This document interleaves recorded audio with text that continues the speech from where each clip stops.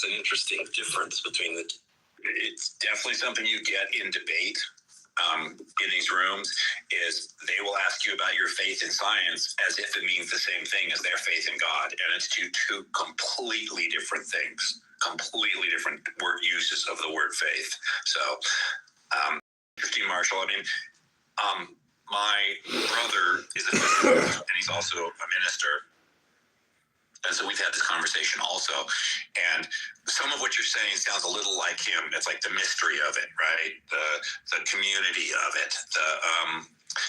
The fact how much help it was to him when had some trauma in his life. And he also ties it in with his love of physics. What does he call it? The balance of equations. When equations balance perfectly, and he thinks that's really sort of like, mystical. But it's definitely an interesting sort of approach. But I guess one thing I would ask is, when you were studying all this other stuff, did you ever study anything else? Like, did you ever study like a history of literature or a history of anything else where you'd have to apply those tools in a different way? So I was a history major. I majored in Middle Eastern history with a minor in counterterror and sociology. So I took several history courses: history of the Republic of Rome, history of ancient and modern China, history of Nazi Germany. Taught with a guy who lectured in Germany for a couple of decades, as well as hip hop and philosophy. Mm-hmm. So there is some curiosity about other. Yeah. I'm very curious. If you stick history in front of me, I will consume it. I really don't care what subject in history it actually is. I just like history. Have you ever read any of the mythicist stuff? I want to quickly chime in. Sure.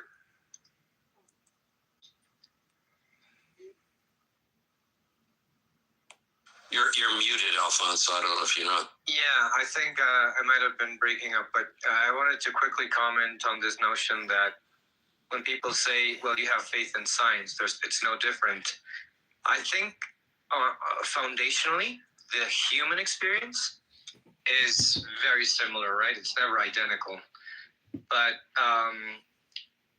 where the difference lies is that our faith or our belief or our trust and sources comes from scientific process, right? It's a process that has been tested. But the way we look at the information, the way we read a scientific text is not that dissimilar to the way a believer reads the Bible. They might say, no, I know it's not a science book, but the authority that they see in it and the truth that they find in it is very similar. So I think from a human experience, we have to be honest that it's pretty much the same. What they're missing is what I was missing when I was a Christian, which was, why should I read any other book? Why should I find any other knowledge if the Word of God itself is here?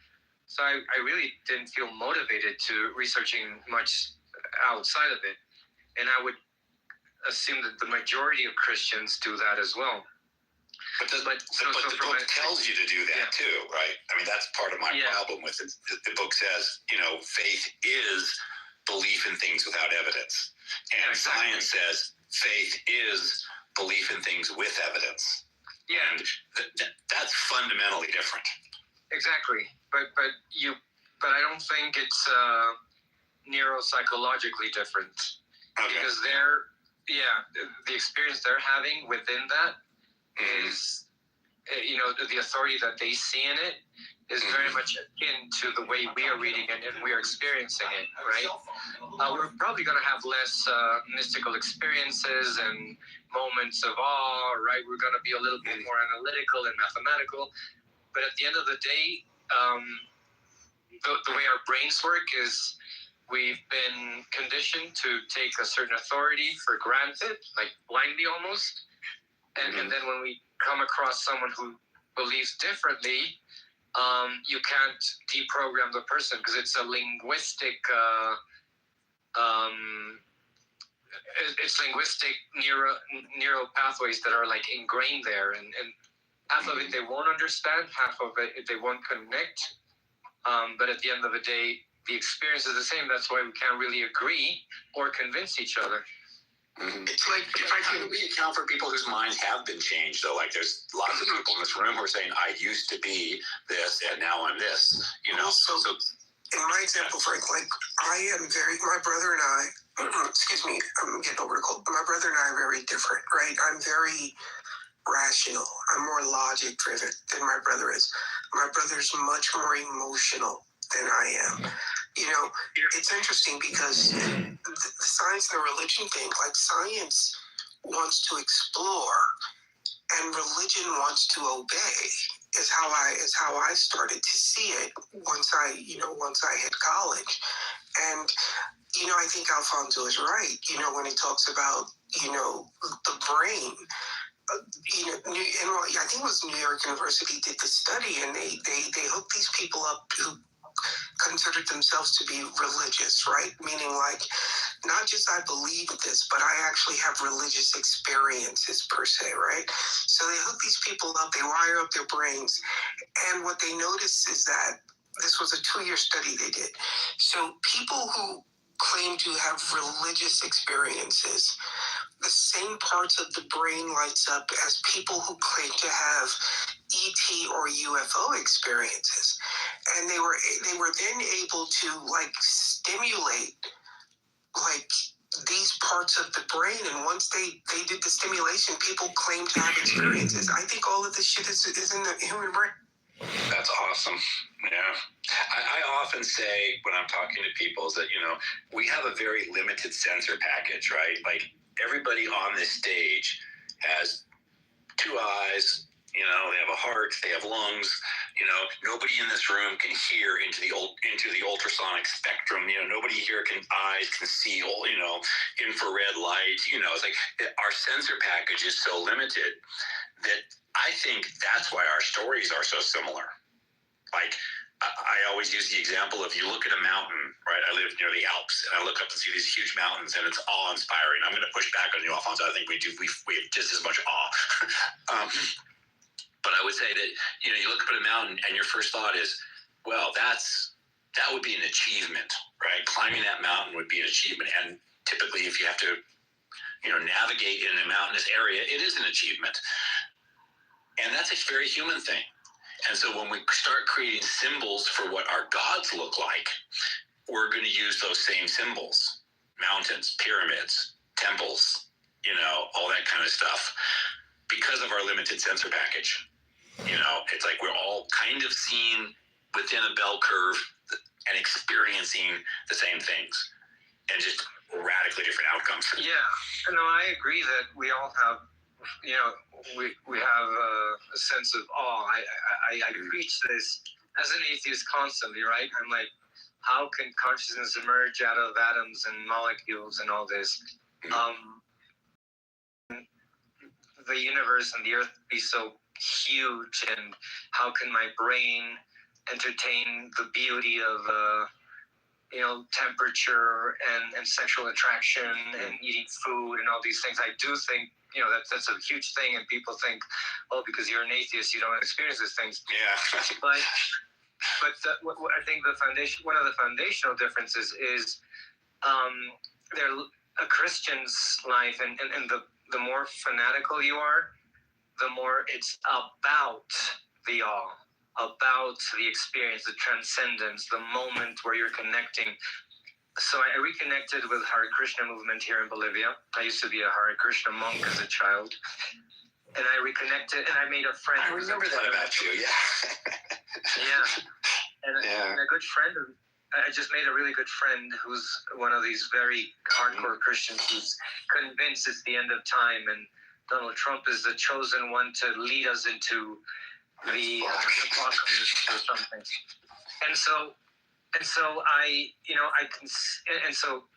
Friday night there was a program in the Hare Krishna place. This lady was telling the story of Lord Chaitanya and Nityananda, which is a companion. Probably nobody knows what I'm talking about, but it's the appearance of it's a manifestation of Krishna, right? It's one of his. It's like Christ, a little bit like when God came to earth. And the preaching was so similar, right? It was like, and so he knocked on everyone's doors and he asked them to chant Hare Krishna, and he was so forgiven because he was, they cast a stone at his face, and then they broke it, and he forgave them, and then everybody realized he was the true God, and they kneeled and they apologized. So there's, all these narratives are so similar. So you see that they're focused on the idea, and at the end of the thing, I was added to the chat of the temple, and they're all like, "Oh, this was so enriching, so wonderful. I felt so nurtured, and it was such a transcendent, mystical experience." Same thing with Christians, and which I think is like Alain de Botton said in his video, Atheism 2.0. That's what we're missing as atheists, right? We don't have a moment where we can create this addiction to truth and wisdom and science, and yell out, all hail Einstein, all glories to whatever, Newton. And so I think that's that's why I said they're really, really focused on perhaps not being in awe, but having the experience of being in a group, in a tribe where you're supporting each other, which everybody does in a concert. Will say, like when atheists talk, I'm like, yeah, I still do that. I go to a music concert, or I go to a lecture, or I do this and that, but it's not as similar to going every Sunday, once a week, and even sometimes during the week to a Bible study and spending 20 minutes, half an hour praying and connecting with yourself and meditating, right? All these things are really important, and we dismiss them as if, it was like, yeah, it's superstition and bullshit. I don't care about it. I think one of the main differences, the fact that, at least me, I myself, and most of us here are very much about logic and we care about emotions, but there's something foundational in humanity, which is that oxytocin releasing ritual, which makes you addicted to your group. And actually, I don't know if it would be better or worse, because we would probably become more tribal and start hating religious people more. But that's foundationally a difference. I would just push on one thing, and that is that if you are a creator of something, like say a musician, and you do have to work at your craft. You can't be a musician and not practice, for example. You do get that recurring sense of awe and that sense of craft and awe, and on an ongoing basis that you wouldn't get from just going to a concert once every couple months. But the performing as a musician also, it's like when I'm performing, it's very transcendent. Performing is, but it takes that weekly work also. So I think maybe there is something about whether you're creating it or just experiencing it occasionally that makes a difference too. Well, yeah, I'm a music theater actor, so I know the experience, and it does a very similar thing. You connect with the people, you perform, emotions, you transmit stuff through music, through dance. So I don't think we're that. One thing that we keep pushing to each other is atheists are this and theists are this, when the overlapping between the different tribes and labels is a lot greater than the differences. Sometimes. I think most of the time. I don't know. I suppose maybe if you choose your audiences carefully, but if I look at the world written large, I'm kind of going with what Daryl says. It's not looking good out there. It's not looking generous towards humanity at the moment. And that is one thing that a lot of people would argue, and I'd be at the front of the line, that I absolutely do not choose my audience carefully. My audience is anybody and every. Yeah, and I think that's where we meet each other, because I stopped asking people for their labels, for their beliefs, for their politics. And when I engage in a conversation just about our daily lives, our work, our hobbies, all these differences in this, oh, you're an atheist, you're an asshole, or you're a theist, you're a superstitious guy, falls apart. And the world shows that.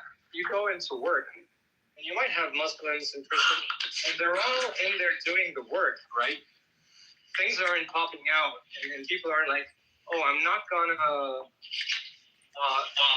service. Well, you might find a few people who say, you know what, my beliefs don't allow me to serve this customer in such fashion, but they're the exception. Most even London, you see, like, yeah, I'm serving everyone who hates race, everyone who's taking fashion, because life requires us to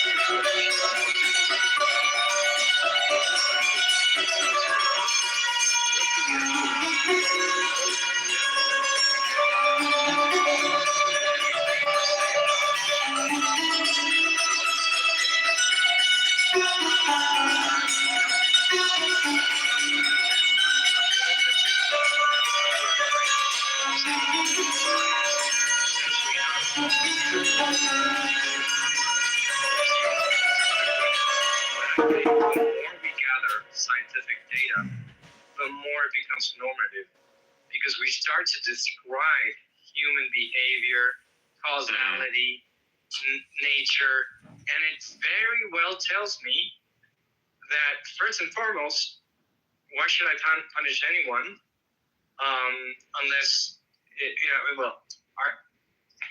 traditionally, yeah, we need to punish each other or put people away in jail. But the new paradigms are telling us it's all deterministic. A criminal became a criminal, used, or he was raised in a maladaptive environment, what have you. And so you lose all these normative claims that come from traditions of philosophy and politics and religion. And so, I call it, it's neuroscience. Yeah, it's all scientism. Yeah. It's going to allow us to understand the world. Yep. And therefore, I don't think it's about, being pessimistic or being positive, optimistic. It's about looking at the way the world is functioning. And yeah, there's days that I'm very pessimistic, but that's due to my brain chemistry that day. Or because I encountered someone who makes me feel that way. And then they say I'm optimistic. But what I strive for is to see the empirical evidence and say this is the world, the way the world functions, and hopefully I'll take it back to work towards thriving as a human. Yeah, I always took science. I always took science as a way to explain things that had previously been thought of as magic, or that one put an article of faith in. That science explains how that works. Right, like I'm a survivor of an autoimmune disease called aplastic anemia. While I'm a Christian and I believe in God and I prayed and all that stuff, the thing that saved me was modern medicine. on the know-how and the scientific data behind that. So I think, at least for me, that's how I think of science. I'm not one of those Christians who goes, no, science, bad idea.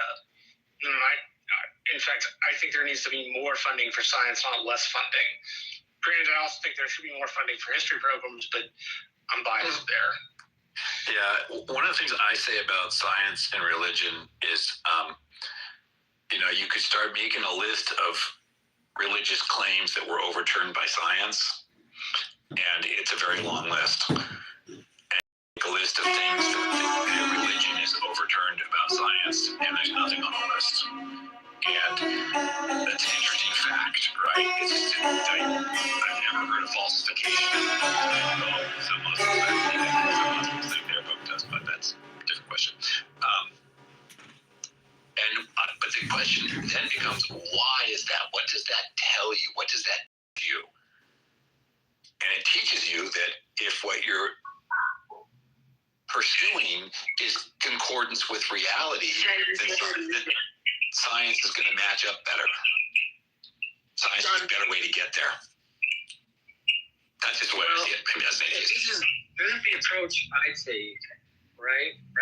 I kind of welcome philosophy and religion and everything into the sciences. They're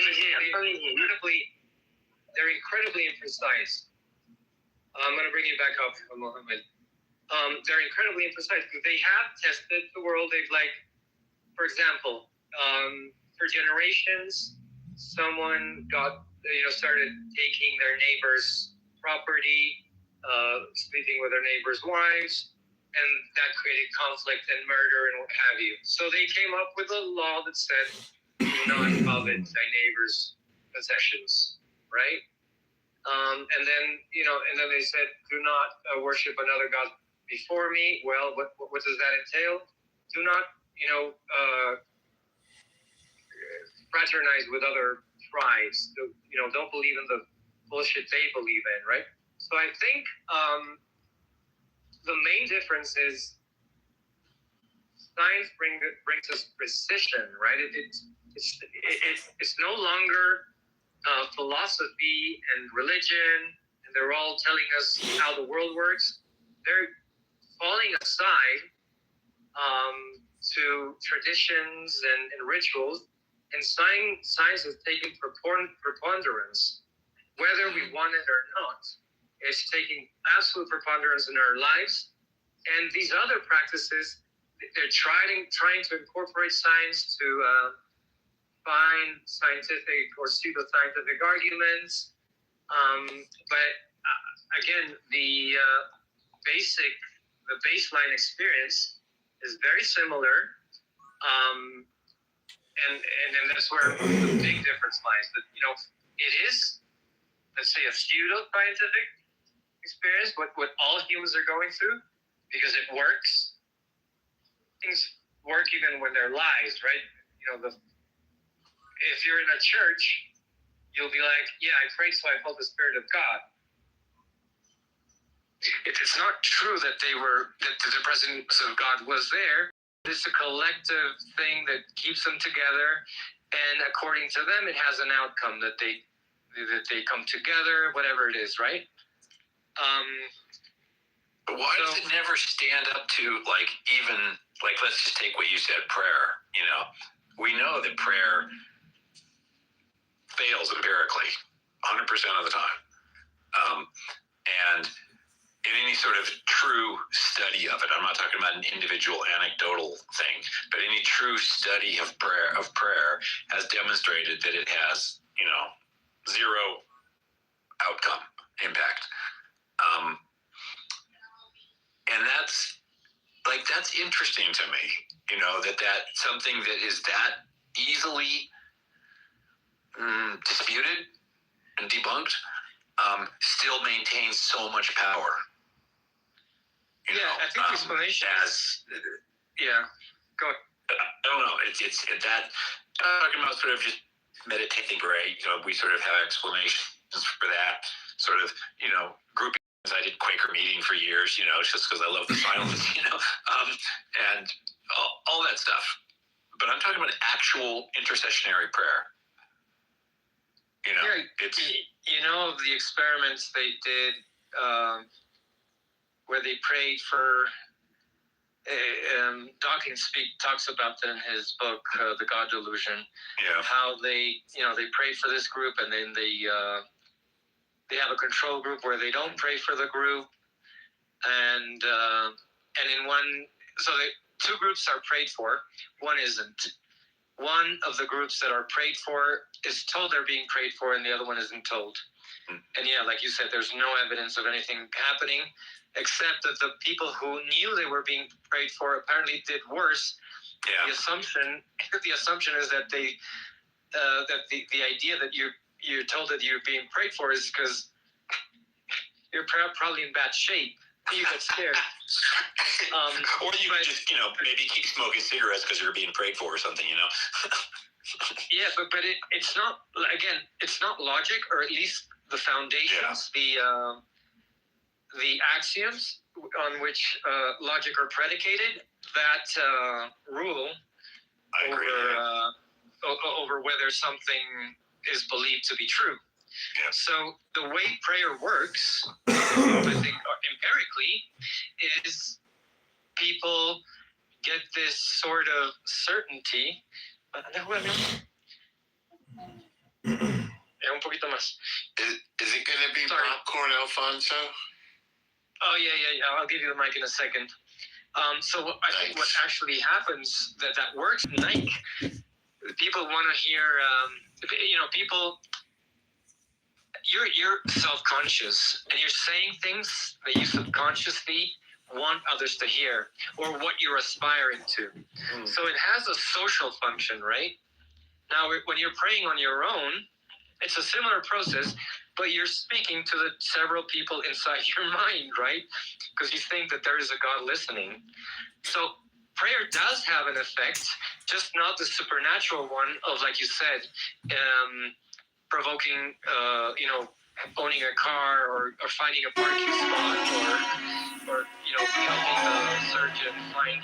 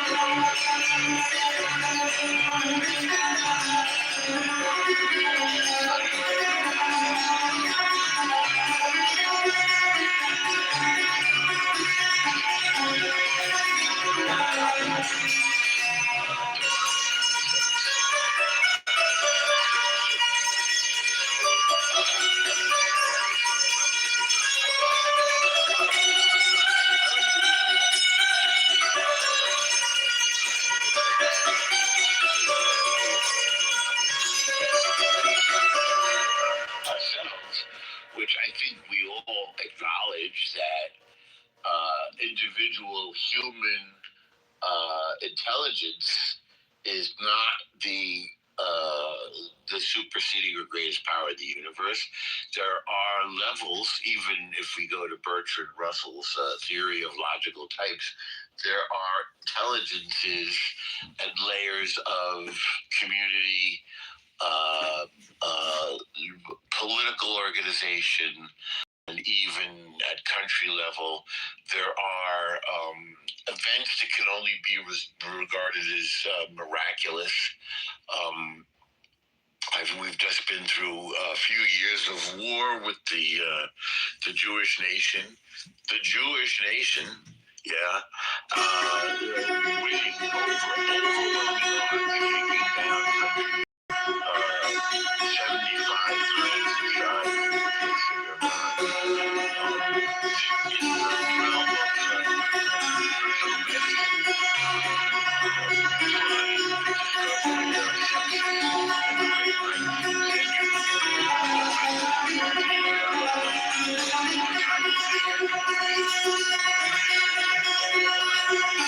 realm of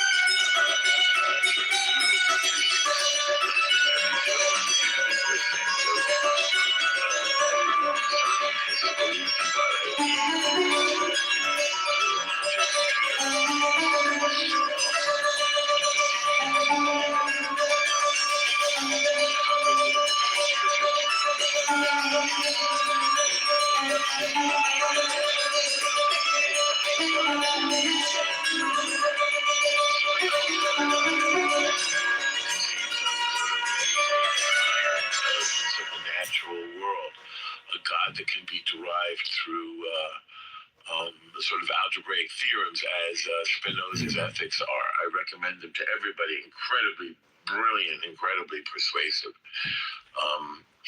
Also in medicine, regarding prayer and so forth, I remember asking my pediatrician friend about this. I think it was cardiomyelitis, something that one of the kids in my son's class had. Like, oh, this kid's only going to live a few years. He's got this disorder. And birth defects. This kid had a lot of issues, although he was a very happy kid. And I said, so what's the deal with it? How does the parents deal with this? You know, because even the fact that my friend's kid had this was to me. He said, well, weirdly, now this was a kind of this idea that there's secular Jews and non-secular Jews is a misunderstanding. There are Jews who sometimes proclaim their secularity, but they do many of the Jewish rituals anyway, because they're also part of culture and tradition. You know, everything from food and keeping kosher to resting, fasting on Yom Kippur. Anyway, he was one of those kinds of Jews who went to synagogue just maybe a few times a year. But, you know, a Jew has a Passover Seder like almost every Jew does. And he said the ones that get through it are the Christian. He was up in a non-Jewish area of New York near Woodstock. The families that cope with it are the ones who are believing Christians, because that's the kind of people that were up there. Norma, are you going to look at your plate? Can't hear anybody. What did the woman say? Is this the background noise? Are you going Okay. to your plate? Everyone's leaving the room. I know the answer. People are very interesting. I think you know the answer to the question. Everybody lands their plane. So, of course, I am. So, if you want me to wrap it up, I'm happy to do so. So, Alcoholics Anonymous is another example of a way of addicts putting something that proved to defy science. The idea of stopping the drug addiction, saving people's lives, millions of lives saved that way. So, it's interesting distinction. I don't know why atheists have to constantly reassure themselves. I'm sure there's no God. I'm definitely no God. God and science are two different domains. The domain of the divine is not the domain of the pragmatic and the practical. That's the very simple. So it's really all with encourages. I can be better around this, but it's not true.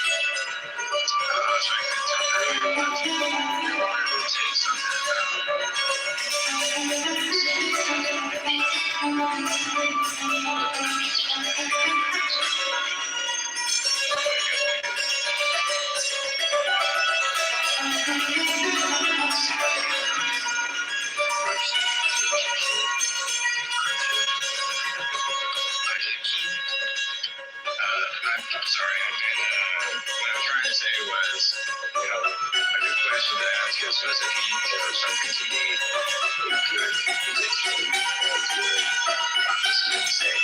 Prediction is being prophecy.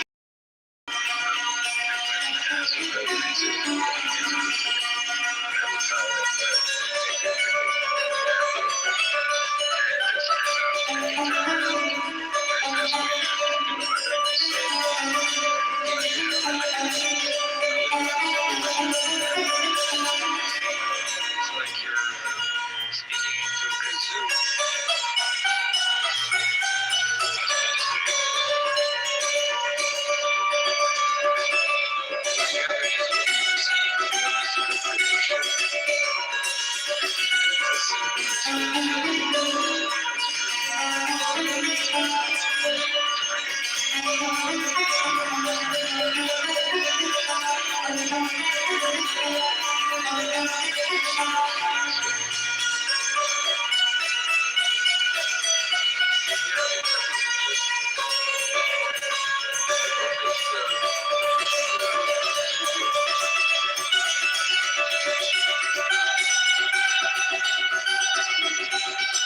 It's basically if it comes true.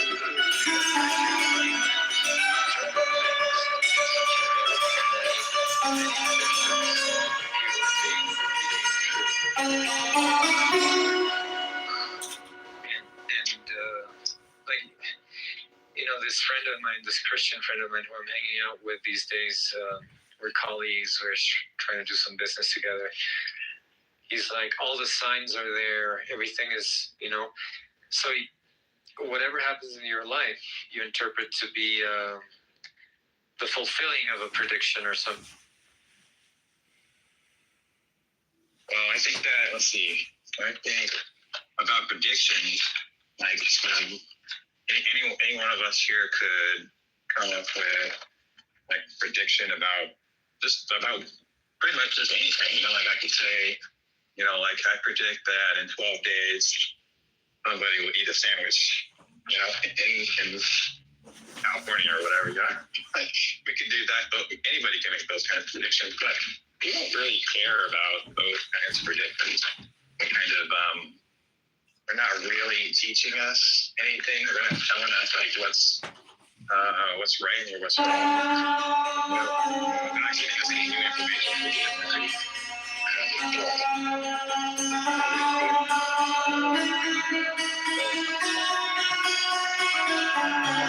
My friends were some guy, this was like last year or something like that. He was telling me accounts about his point of view, prediction that the Olympics did make about a battle fought between the Romans and Attila. Of course, yes, what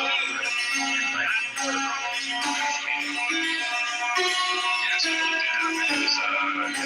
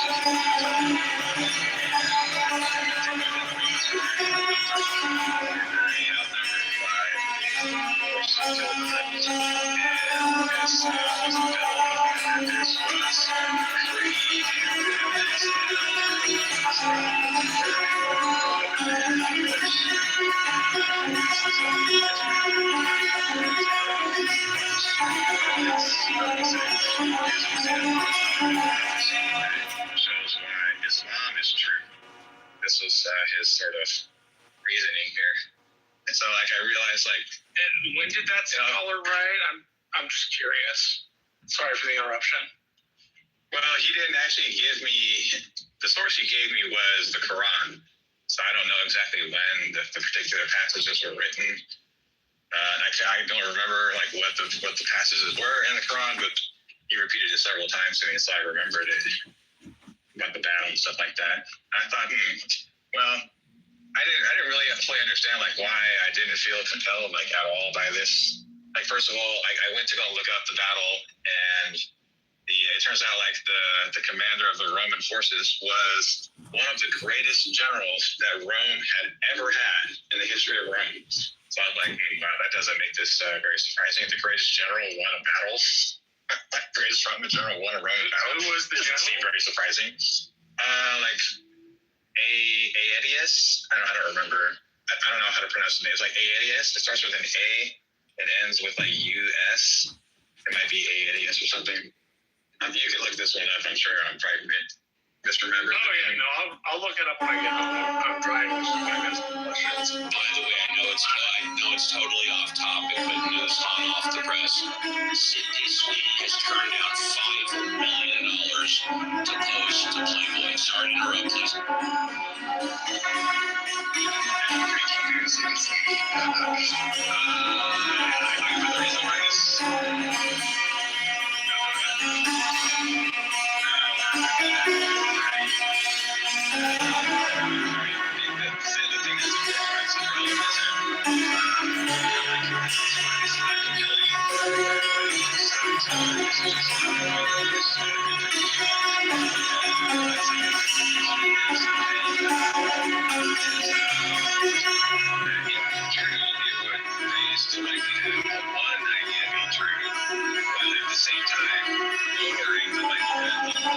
Explanations being true. So, a good example of this is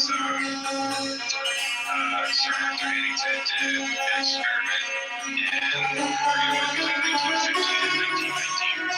He tested Einstein's theory of general relativity. And so, before this, there were 40 predictions that were made.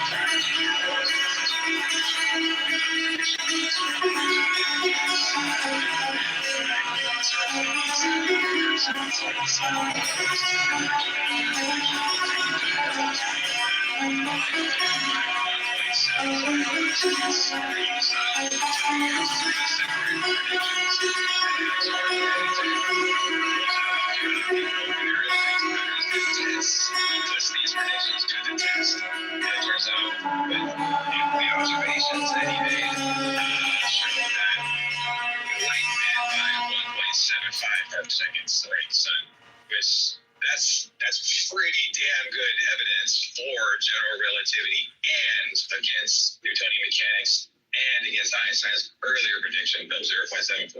Like that is a really good example of what a good prediction looks like.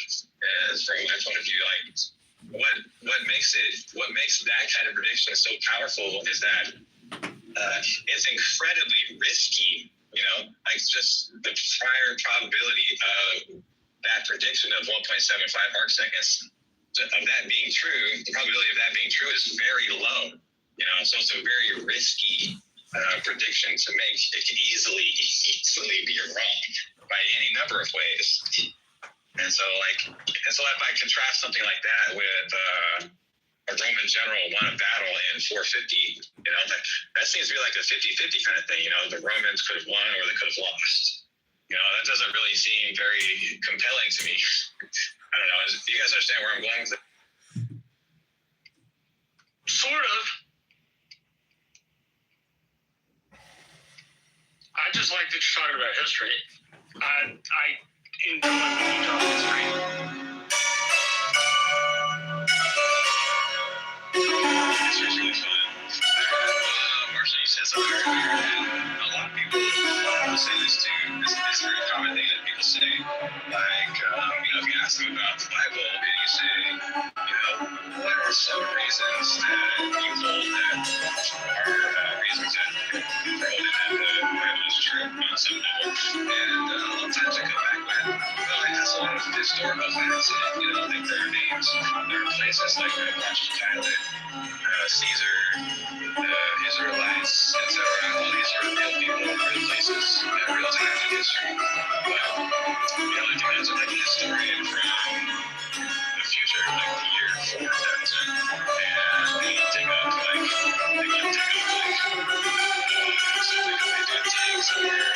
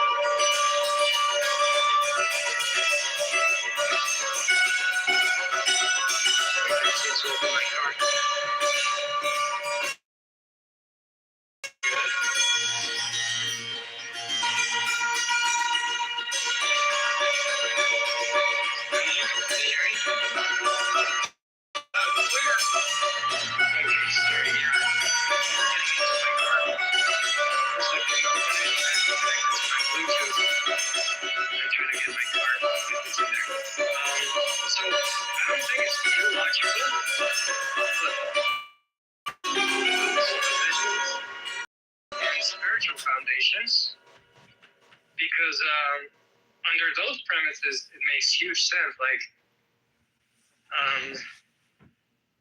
you know, it's all about reinforcing love and understanding with each other and connection and such. Right? So within the linguistic experience of a human,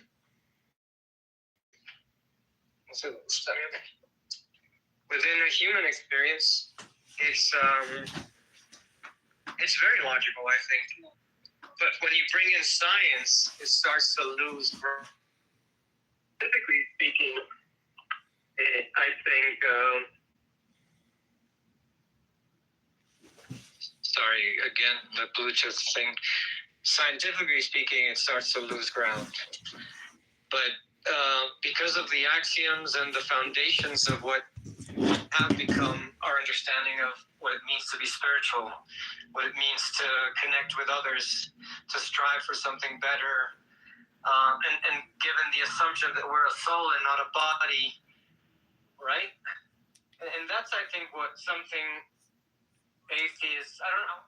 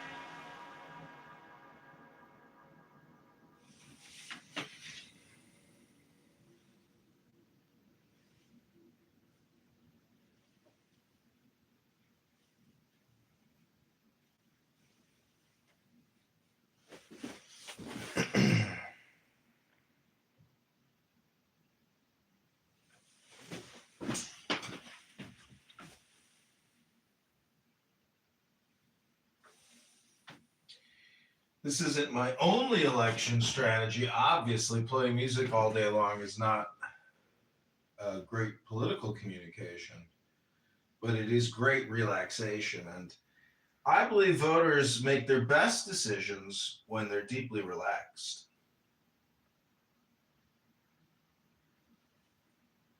You can go to Sora or YouTube if you want to check out John Kitover's relaxation videos for voters of the 16th district.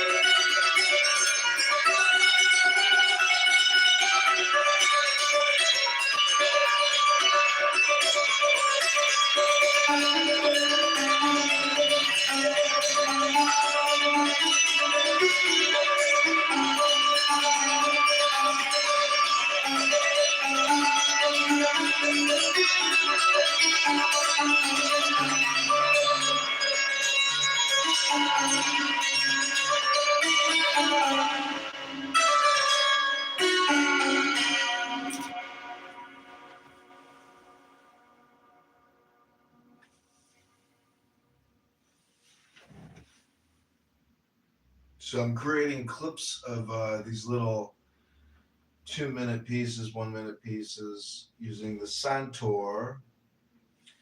I believe this Santor came out of Esfahan near Tehran in the Iran. This comes from the personal collection of the Ali Khamenei.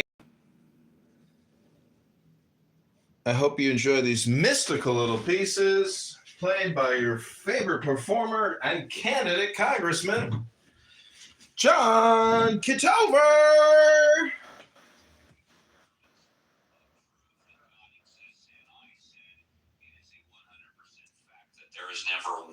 been a scientific experiment to prove or disprove God. And she asked me, how do I know that she's not what she says she is? And I says, because of that fact.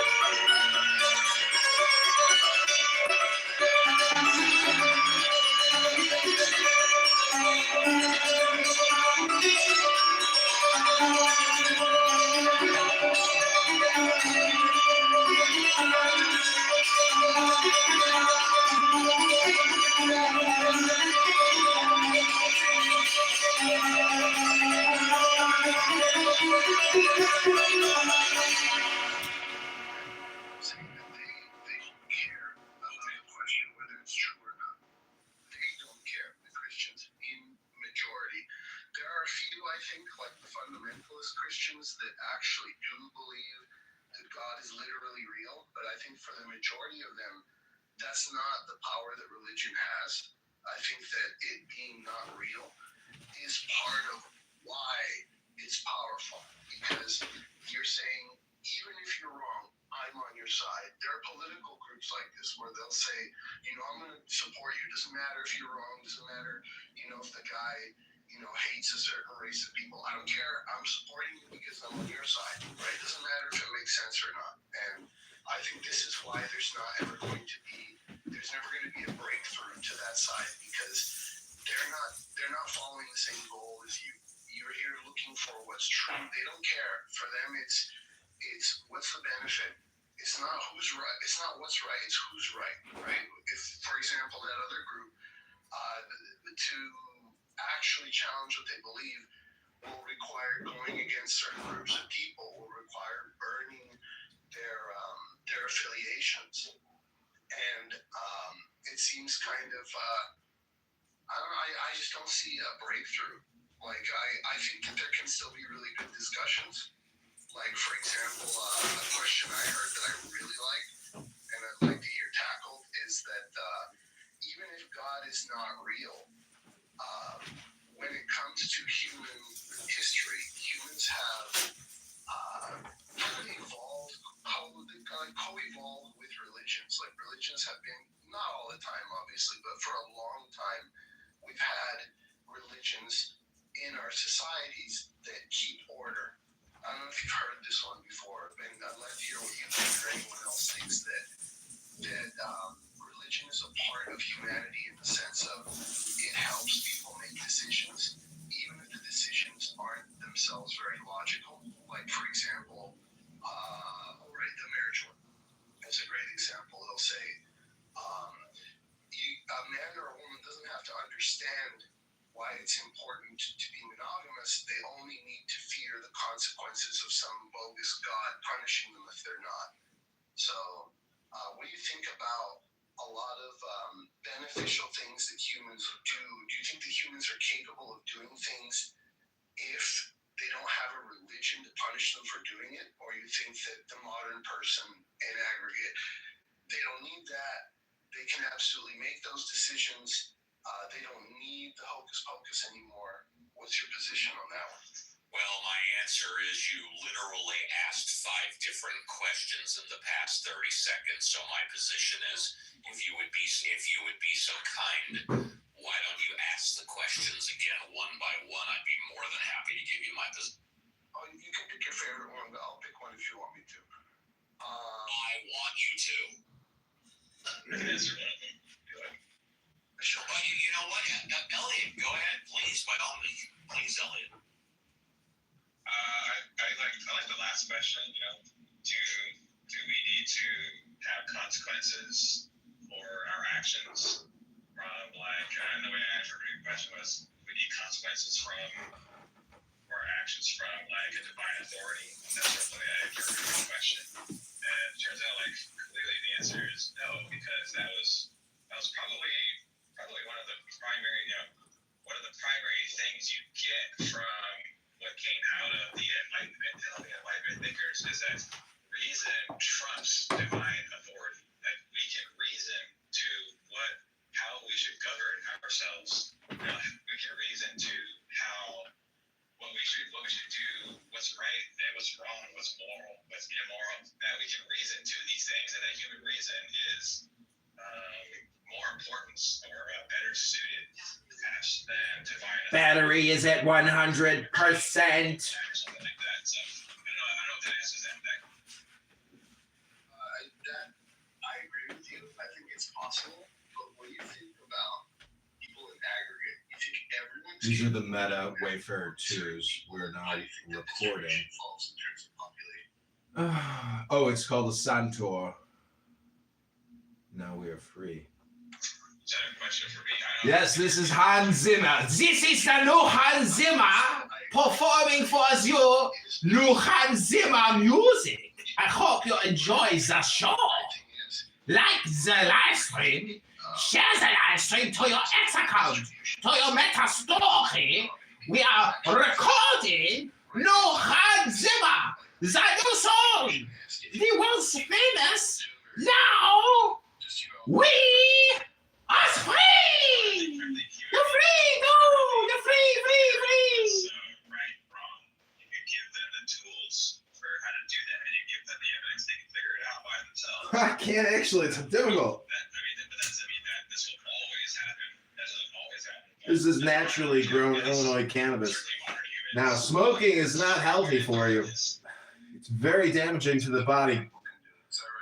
And if, you partake, I suggest you play some music. Do something productive with the additive chemical to the bloodstream, to the brain consciousness. Hello? If you want to talk or just popcorn, just preferably one person at a time.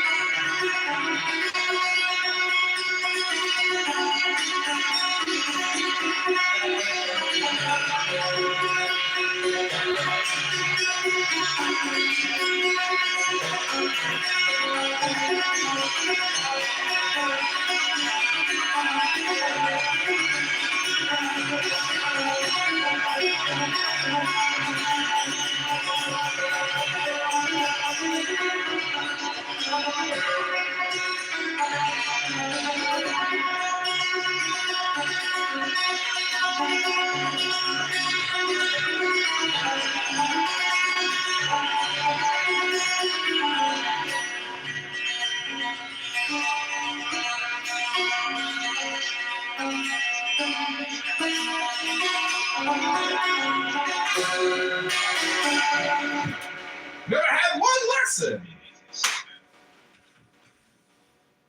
Because there's no evidence. Well, it's not that there's no evidence, it's that a lot of the evidence that we do have, like anybody can do a Google search on prayer studies. So there are studies done on intercessory prayer. Okay, that is the kind of thing that I'm talking about.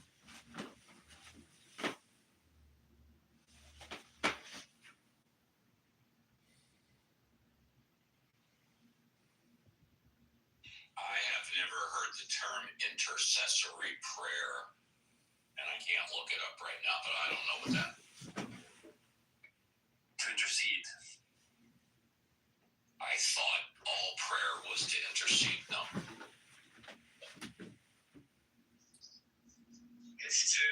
proceed in behalf of to ask for something so it is provided to another person. Like, Not yourself. yeah. Uncle Steve loves to make assumptions. And you know what they say about guys that like to make assumptions, right? So basically asking for a miracle blessing for someone to get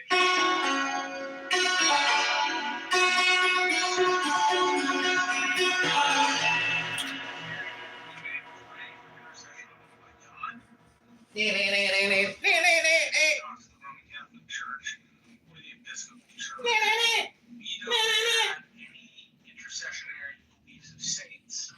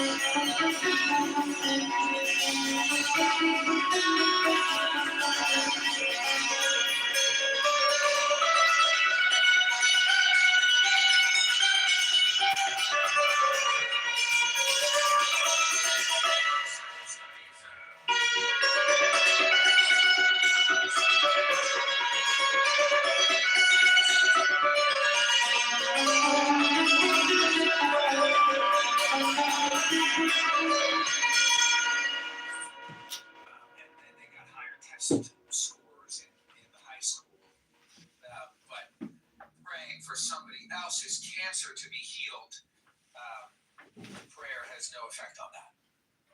Right, and because when we measure such things, we also have to measure It is the tattoo, yes. placebo effect. You know, and that's the Behold the shining light of Hashem, shining bright upon his people outside of Shemayim. effect, because you know one group is not getting the thing, they're getting the placebo, right? And so we know that a pill, a sugar pill, is more effective at curing what ails you, statistically speaking, than no pill at all. And that a gel cap is more effective than a sugar pill, and an injection of saline solution is more effective still than a gel cap, right? And then there's this even weirder thing that we have to defeat.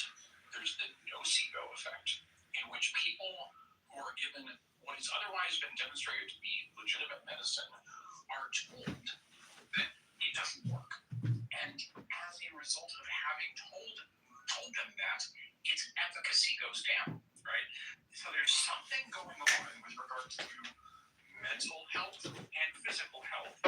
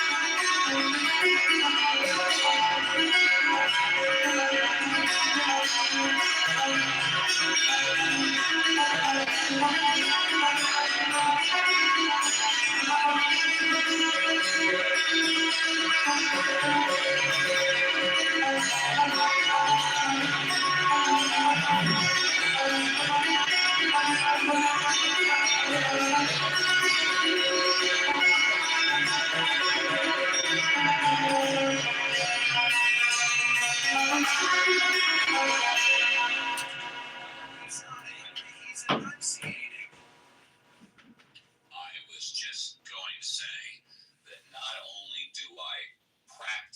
maybe to a fault of enunciating. I have learned to choose my words very carefully, and sometimes I enunciate, which is not favorable to other people. This is because I've been misquoted so many times that I have to choose my words very carefully. So when people later on today, tomorrow, next year paraphrase what I say, no, I didn't say that, I said this. Bottom line, fine, and I'll say it differently so I won't enunciate. Positive mental attitude helps physical recovery. Documented facts. Yes, he was a proud graduate. I love you, Steve. I didn't mean to criticize you in any way. No, not teasing you. Okay. Teasing you, love it. Hey, you tease away.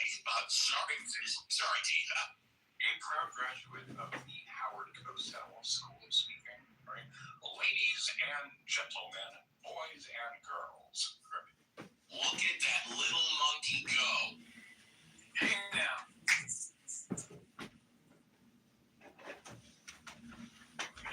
Didn't have to go there. For those of you that didn't know, that's what got Howard Cosell canceled. Back when we even knew what canceled was. Yeah. I wanted to say something about what Marshall said, that Catholics don't believe they can talk directly to God. They have to go through saints. That's not true. That's not true.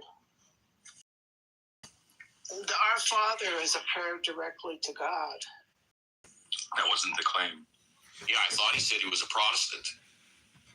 He said that Catholic, but he was saying that Protestants, aren't supposed, they don't have prayers to the saints, but Catholics do, and because they don't feel they can pray directly to God. Isn't that what you said, Marshall?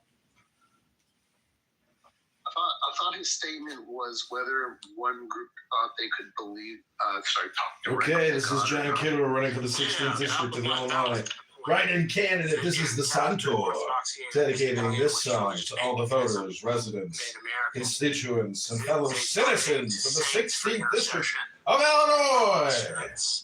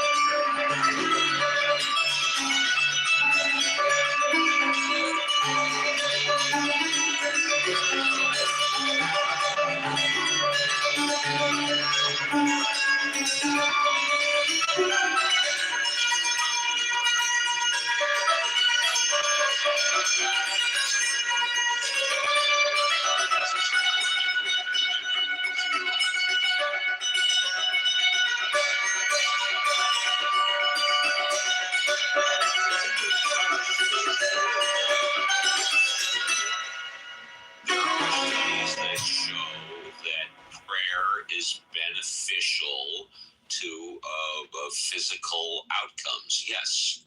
But it stops short of saying that God exists. Yes, that's correct. Right. Yeah, what the fact of the matter is that the placebo effect is the bane of medical manufacturers, medical researchers, because the placebo effect is so damned effective, right? If it weren't so effective, we wouldn't need things like the double blind, because they wouldn't be the thing we're trying to beat.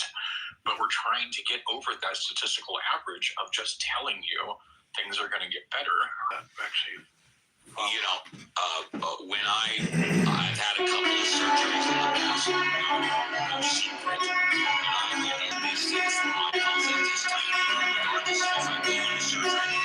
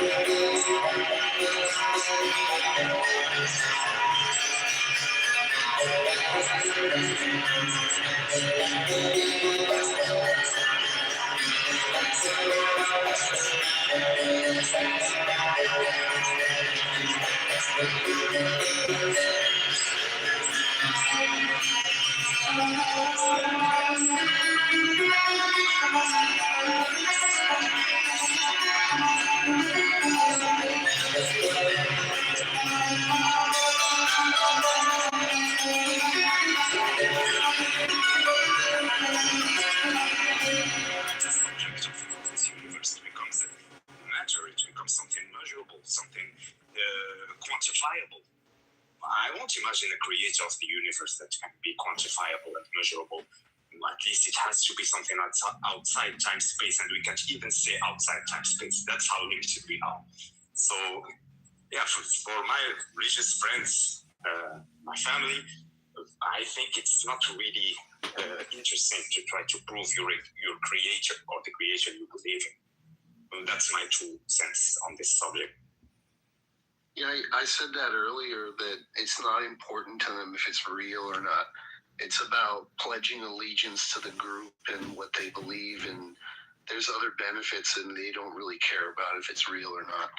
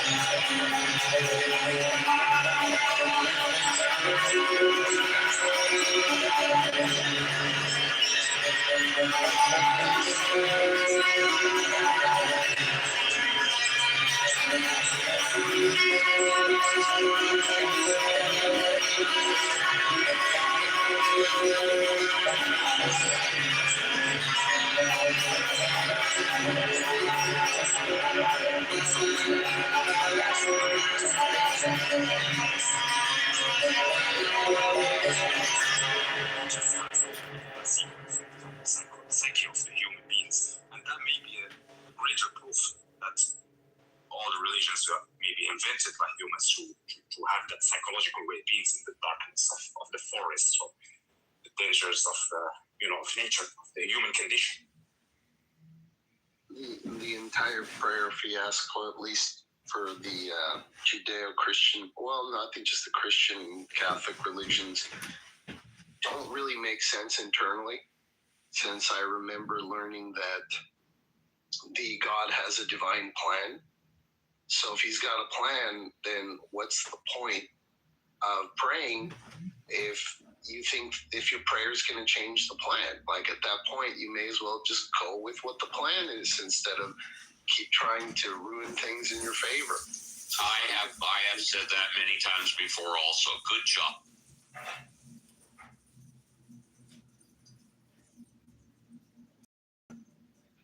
But Steve, the way you say that makes people angry. I'll have to change up the way I speak. I think it's the volume. I think that's why the guy with the PTR of the trash bag said he thought you were angry, because the volume. I'm naturally amplified. What can I say? I don't agree, but that's my guess. I think it's just because you're loud, they think that you're mad. It's perfectly okay. I believe, and I have a lot of objective evidence for this, I'm the most imitated person on Clubhouse.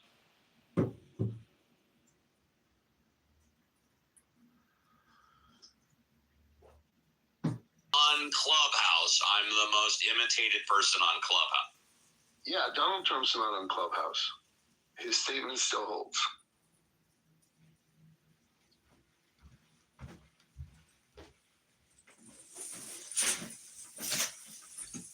It's also institutions. I will double check on that. The religious institutions. Look how useful they are.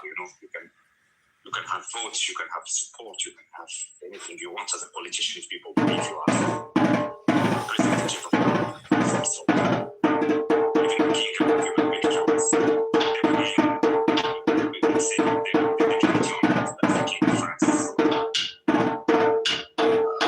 So I'm going to correct me if I'm wrong, but I remember looking up that there's a positive correlation in birth rate with religiosity and a negative one with atheism, and that bothers me.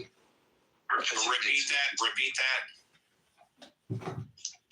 There's a positive correlation with human birth rate and religiosity, whereas there's a negative one with atheism and human birth rate. I believe in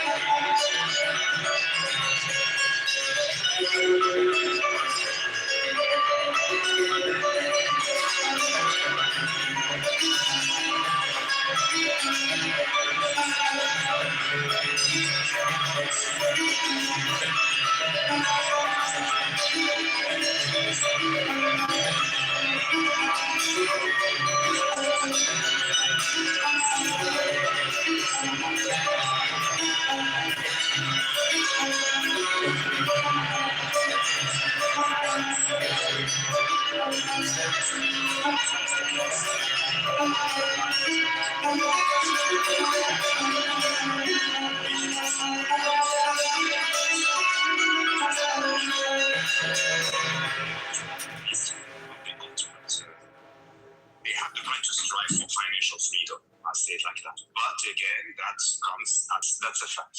Women suffer more in making kids. I put it like that. So yeah, maybe we won't go extinct. I don't think so. But our numbers will dwindle, and I don't think that's necessarily a bad thing that we become fewer. But then again, I don't know. Anything can happen. Even communist China has predicted that they will control birth rates by enforcing one-child policy, and it turned out to be a catastrophe. Now, they have way less kids and way less young people than that they should have. Living in one of the most religious states in the United States with a church on almost every corner, if not two, I found that most people, when it comes to the birth control thing, the religious ones will hide it, and their church will make sure to hide it, and they're just full of shit. And they go to other countries to do it, or they go to special clinics to do it. And oh yeah, that's me. I'm death hippie. I'm going to tell you how it is. Don't forget, in the United States, driving to another state where they're allowed to abort as well, if their state doesn't. Exactly. And they love to trump this beautiful, vision of how perfect they are, but they're so full of shit. And the higher up you go, the more full of shit they generally are. Drop them up. And also, don't forget that in some Asian countries, private selective abortions. In other words, they take a sample of the amniotic fluid and find out if the baby is a he or a she with the ultrasound.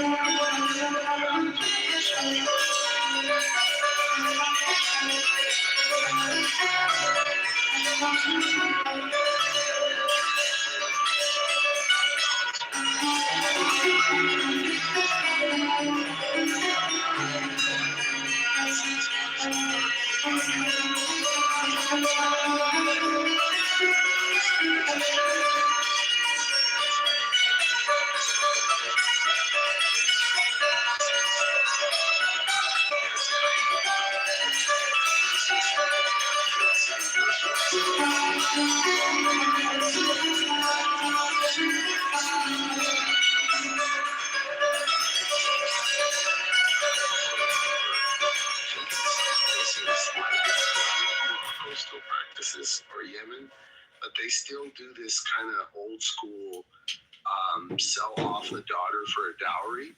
So they can even see having daughters as an asset. As horrible as that sounds, that like, what if the calculation there of benefit for having a kid in your life, what if that is really one of the bigger elements and not really the theism and the atheism? What if it's more to do with the financial liability versus asset? I remember reading about some kind of economic paper or news media. It's a long time ago, and it explains how there are several things that contribute to the economy of the United States that aren't that there aren't really any statistics for. There aren't you can't go and you can look at the CPI and find something like the single largest thing that contributes to the economy that isn't covered or explained by economics is mothers engaging in child rearing or just child rearing period. And most child rearing in the United States is performed primarily by a mother. Oh, you're right. It's unpaid. So essentially it's invisible to the economy. Man, what a blind spot. As a woman, you're expected to not only be fully corporate, fully take care of the home fully, and take care of any children fully, and that is just bullshit. Nobody should be expected to do so much, and sometimes for multiple families, and with hardly any funding to do so. It's not that you're expected to, you have to with the price of real estate, etc. We chose it. It was a choice at first. Now it's mandatory. We sort of worked our way into it. The price of things is to the ability to pay for them.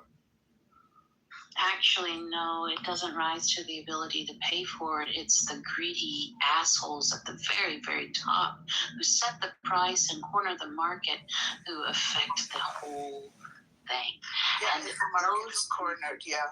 Yeah, when they corner the market and they're all owned by the same people, well, you're going to have corruption, all kinds of terrible shit. Yeah, we haven't used the Sherman Antitrust Act in a very long time. The Sherman Antitrust Act is the thing that helps break up monopolies. I don't think we've used it since at least the 60s or 70s, if not longer. It was passed, I believe, in 1936. You're right. I think Google is the next cake to slice up, no?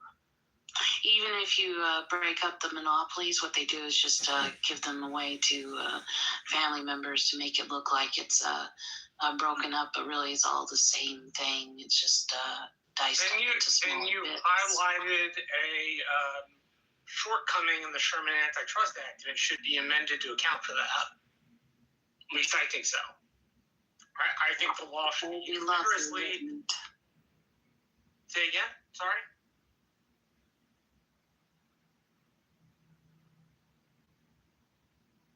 Right, I didn't hear the last thing you said. What was it? It would be lovely to hold account to all the trillionaires and billionaires who mistreat their workers on a regular basis.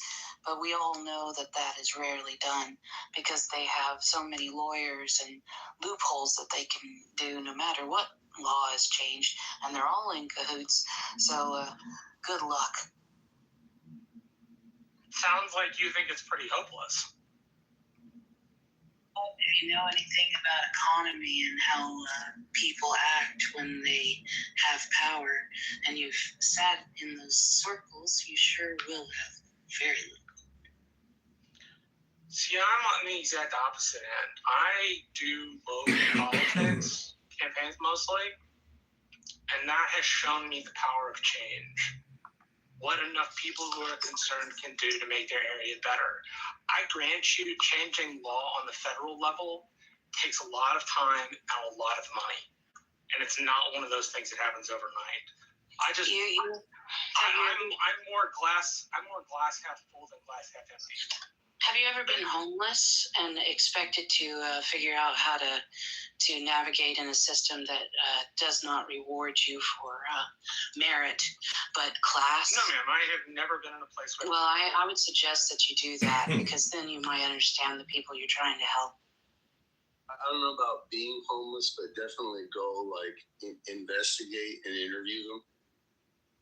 I already do that. I got at least 5 homeless friends that I check on. So I'm aware of the fact that people can't afford homes. I have just been blessed and lucky enough to never live in that situation.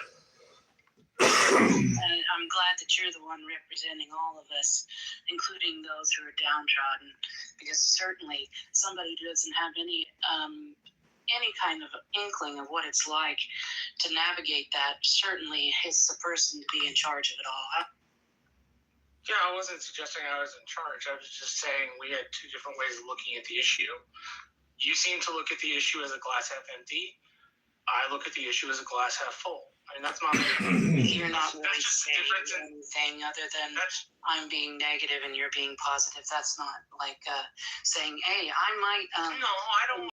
on what actually is going on in my community and be a part of that part rather than just being on my high horse and saying that I know everything and I've never lived the experience. And when somebody tells you who has lived the experience that you might want to check into it, that you just tell them to not be negative, well, go fuck yourself. How about that? Yeah, hold on. I've got to interject. Aurora, you're a total sweetheart. I love you in more than a clubhouse way, but telling a mod to go fuck himself is not appropriate for this space. So that's just a warning. Again, I love you, but let's try and not do that thing. My apologies. Questions. I at least 2 questions. So there is a long history of very capitalist, free open market countries, free elections, slipping into tyrannical rule.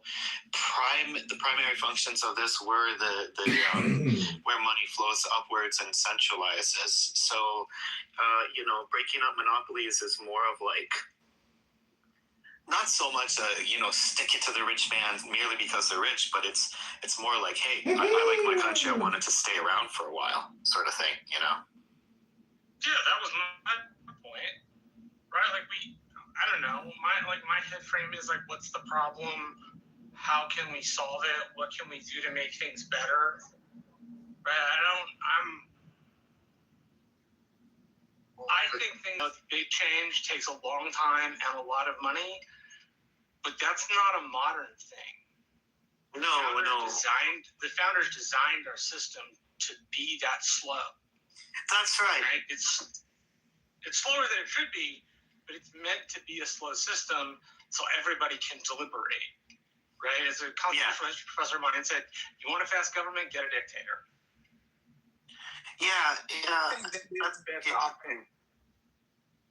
Yeah, I think I cited this just a little while ago. Something like 50% of all democratic countries in the last 100 years I could be wrong, it might even be 20 years, have slipped into tyranny. And there's no exceptionalism to any country whatsoever. So it's fully possible up here in my country, Canada, or in the United States for that to happen. Now, tyranny will look very different country to country. Some places more extreme than others, right? But yeah, there's no guarantee. Yeah. I have a possible suggestion for change. Maybe you disagree. Maybe there's a bad side effect of this, but getting rid of lobbying.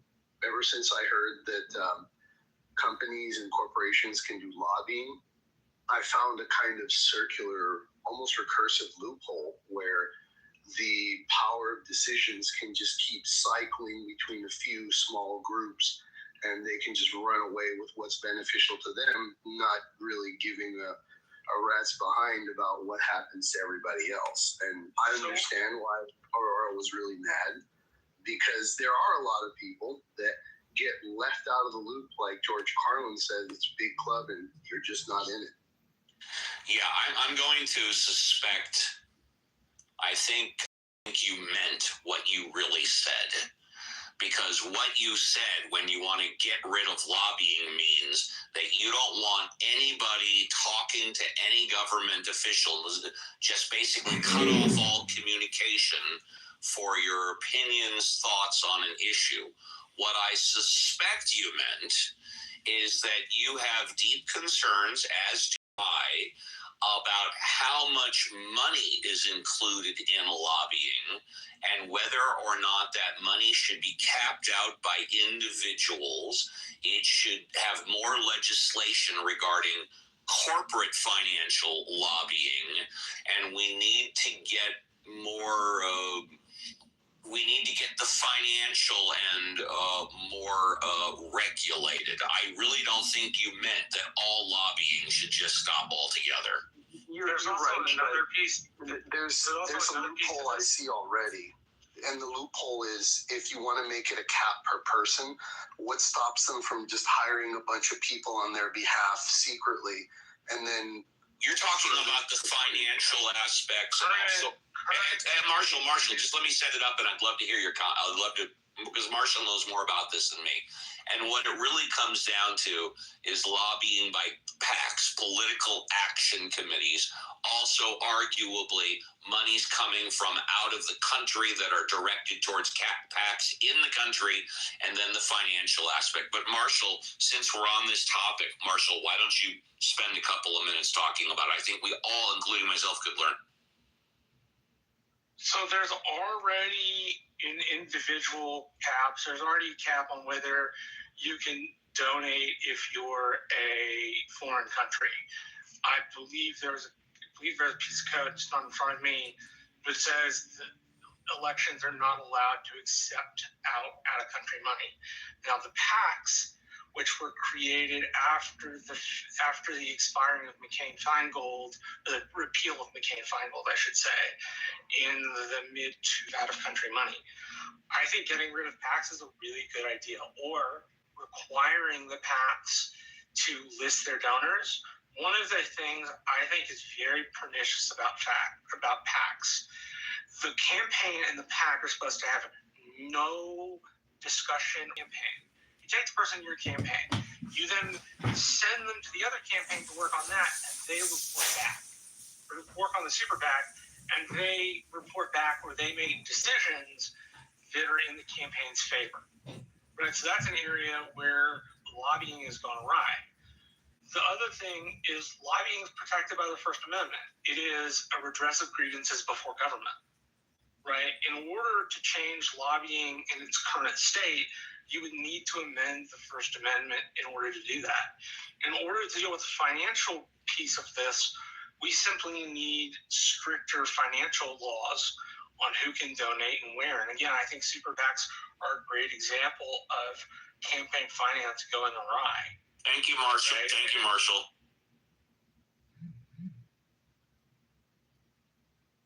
All right, thank you for the opportunity to speak up here, but I got some things to do. So everybody have a good day. It's been a pleasure. Hope to see you back soon. Yep. Hopefully nothing bad happens to anybody, but Who knows? See ya. You got it. Nothing bad's happening to me. Yeah, I agree with what Marshall said. The lobby is a process of democracy, but what you can do is to strip the government the power to fear in the economy. If they don't have the power, then nobody's going to lobby. It's not going to lobby them. You encouraging that? Encouraging what? Stripping the government. Yes, stripping the. Okay, let's hold on. Let's get our terms correct because I don't understand. Please tell me what you mean by stripping the government. Well, stripping the power off of much of. Okay, fair enough. What do you mean? What do you mean by stripping the power from the government? Yeah, so let's say their power to interfere in the economy, say setting the industrial policies and all of that, say interfere in how the economy should be run. Okay, I'd say subsidizing industry, giving the tax exemptions for certain people, but not for other people. Okay, so again, this may be me, but it frustrates me when people say a whole bunch of different things and then I have to try and go back or whatever. So let's talk about one thing at a time. The last thing you said was subsidies. So you don't think the government should subsidize anything? Is that what you're saying? Correct. Okay. What about welfare? No. Nothing. What about food stamps? No. Nothing.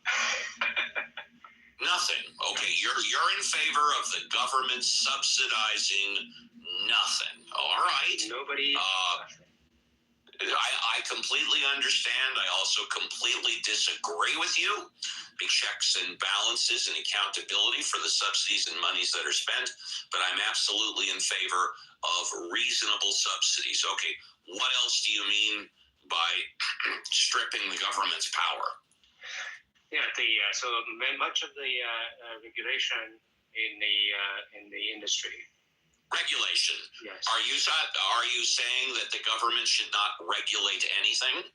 Well, in the regulation, when we say regulation, is mostly about the. Are you saying the government should not be able to regulate some things, but be allowed to regulate other things? When I use the word regulation, I mean the industrial policy. So let me just put it in I'll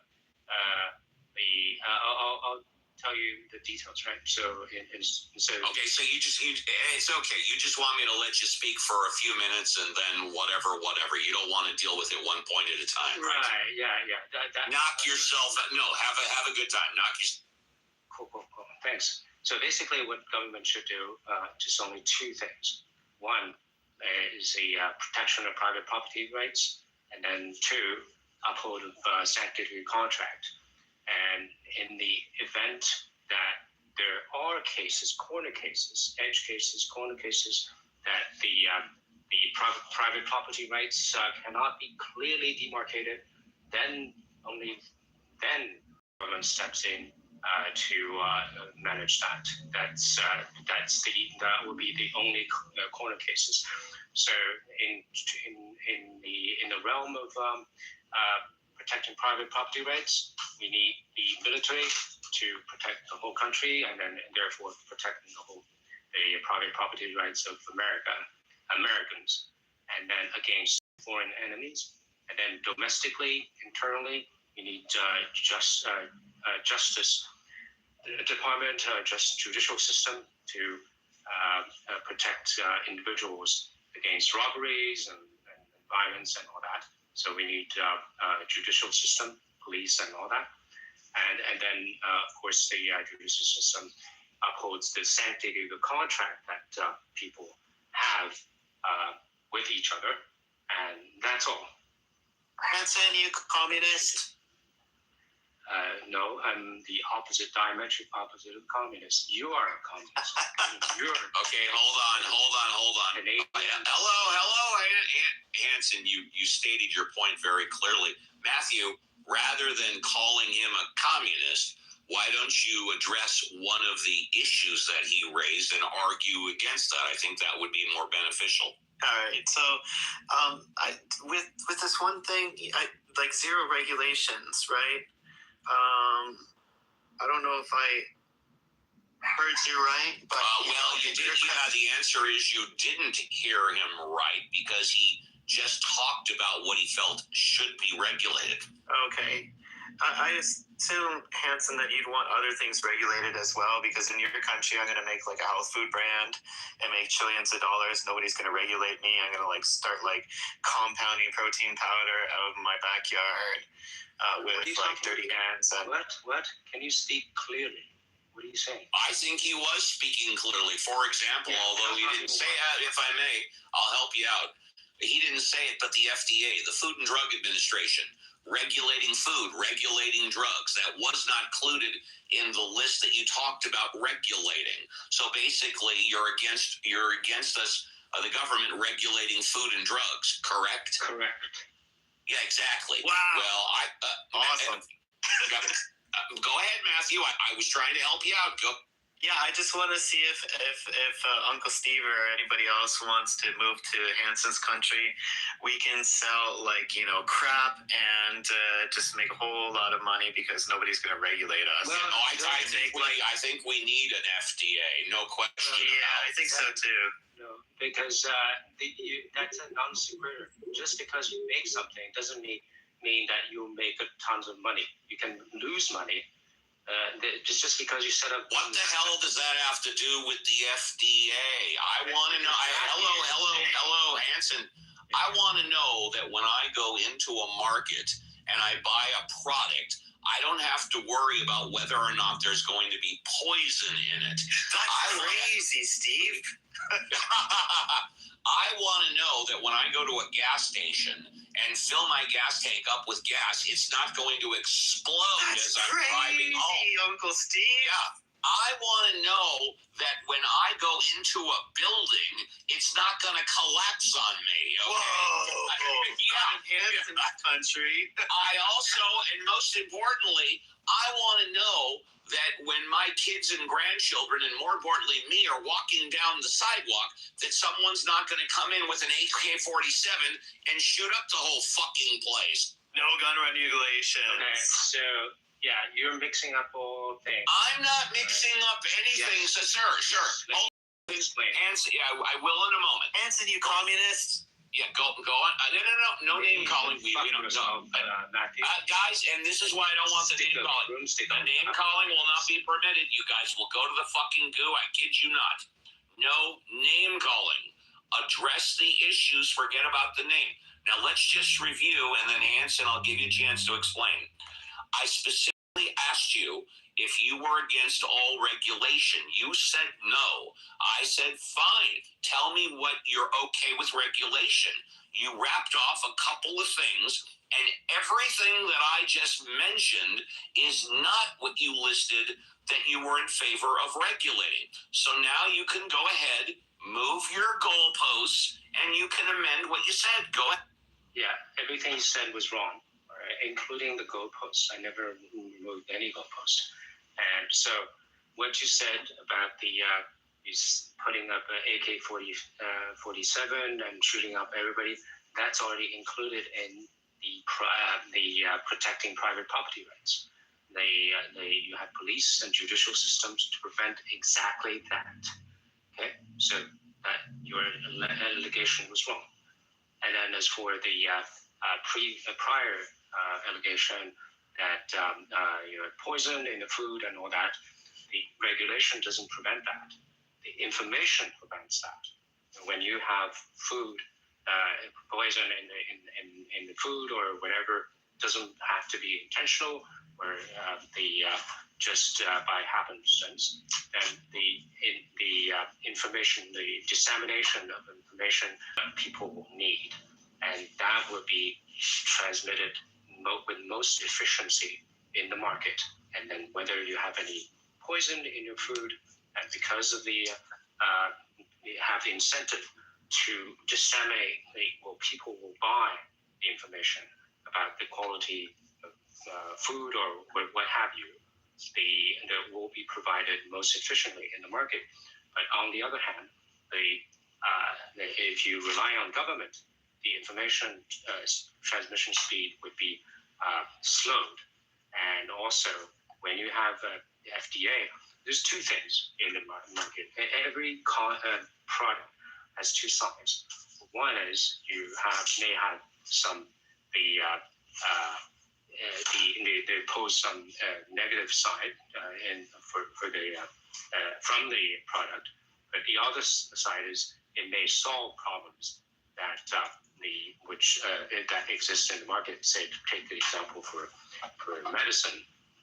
If you prevent the advent of medicine onto the market, you have illness, sickness that would have been cured had the drug coming onto the market.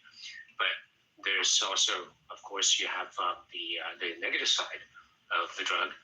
Could be side effects or even the adverse effect they should be discovered. But the thing is, the food FDA in its because it's a bureaucratic agency, it has incentive to prevent the food. I have to interrupt you. I'm sorry. All government is bureaucratic. Yes. So they are incentivized because when you have a bias in incentivity.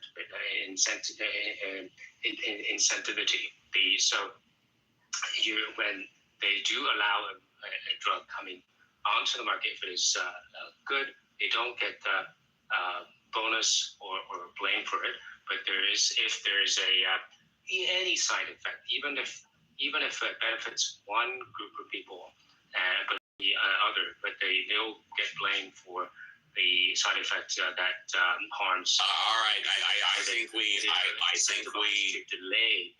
I think we got your point, Matthew. Did you want to respond? Hold on. No. You hold on. You hold on. Go on mute. Please go on mute. Please. Not done yet.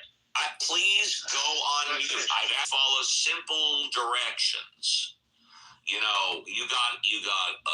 got chance one to talk for a long time about what you wanted to say. Matthew came in. I gave you another chance. We got your point. If you want to talk again, you can. You'll have plenty of time to speak. I guarantee it. But I have to control this somehow. So make some notes. And then, Matthew, if you want to respond, just don't call them names, but respond to all the issues. Take a few. Well, one thing that kind of comes to mind is the Tylenol murders. The FDA wasn't in there to stop those initial murders happening right away. But my concern is, Tylenol, massive company. They really did try to do their best to cover everything up. But the FDA and political and local government, as well as the media, really pushed for these the capsule, the containers to be made better. Okay. And so it's a good thing, to have the government come in, check your lab, make sure everything's fine, everything's good, especially if you're dealing with massive products like that. One problem that I have with Hansen's, if there's no regulation, no FDA, is these very large companies can use leverage within the media and the amount of money that they have just to cover themselves up and none the wiser, right? So I don't know. I understand. I do think the government's super inefficient. And Hansen, I know you're not a communist. You're just easy to troll. I'm just fucking joking around. All right. So if anybody, Elliot, please go ahead. I'm going to bring Hansen up. Hansen, please wait till it's appropriate. I'll bring him up if he's still here. But go ahead, you guys. Okay. My point's more about against the idea of like the government not intervening, like no subsidies whatsoever. This kind of extreme take on things, or what I think is extreme, at least.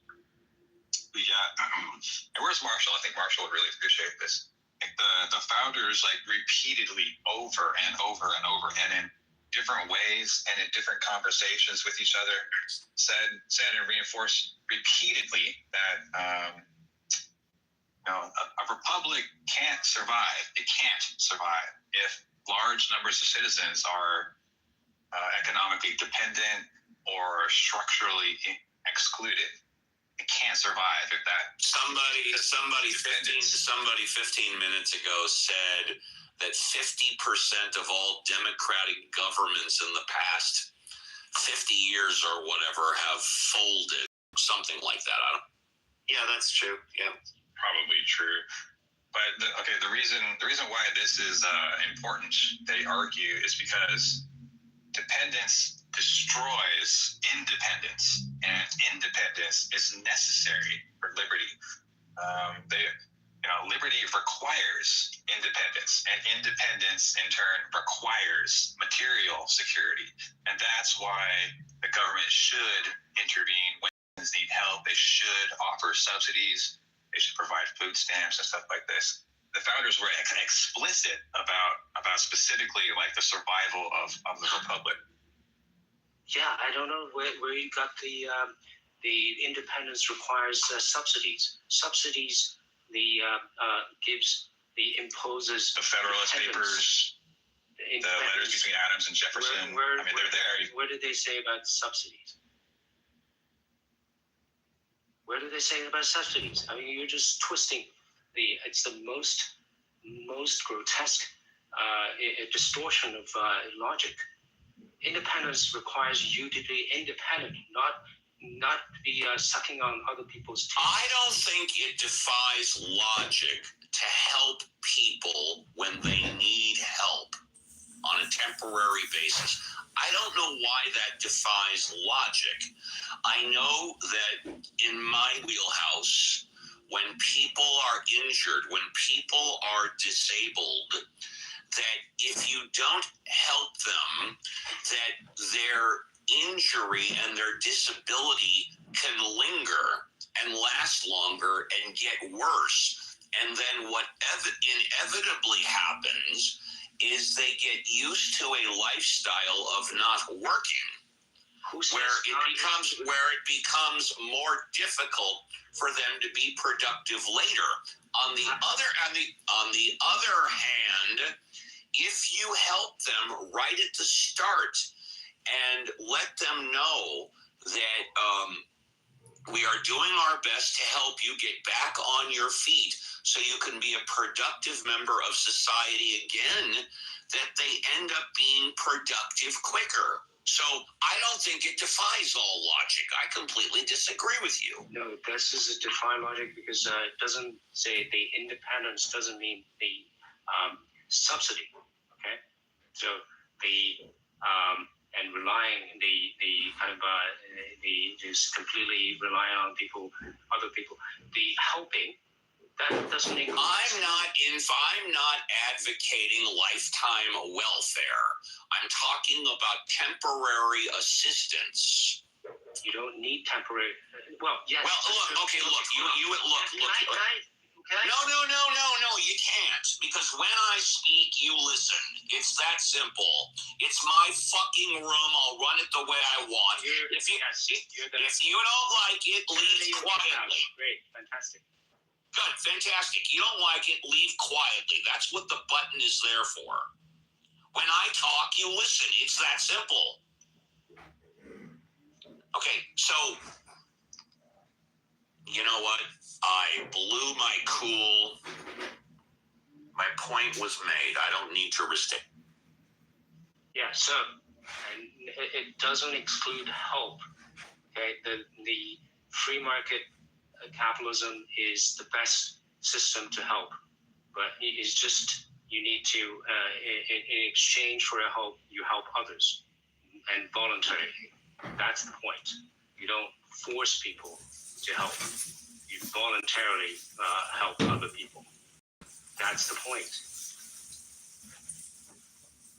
Well, yeah, sure, but I mean, like you are arguing against the founders of the country right now. Like you're contradicting what they're saying. They're saying, but what I explained earlier was that independence requires material security. Independence requires material security, and liberty requires independence. And a republic requires anything about subsidies. You're right about that. It's my inference from what they said to subsidies. Words in founder's mouth. Okay? And then it said was completely false. The material security, yes, material security comes from independence. When you have a free trade, the material security will flower from that. Will comes as a consequence of independence and freedom to trade.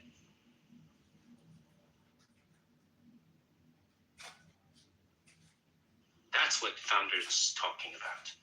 Do you identify as a libertarian, Hanson? Yes.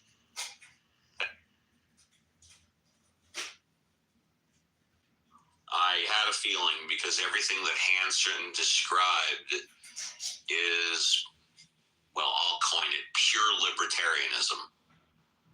It's probably the furthest, it's probably the most purest form of libertarianism there is before you get to anarchy, which is no government at all. You got it.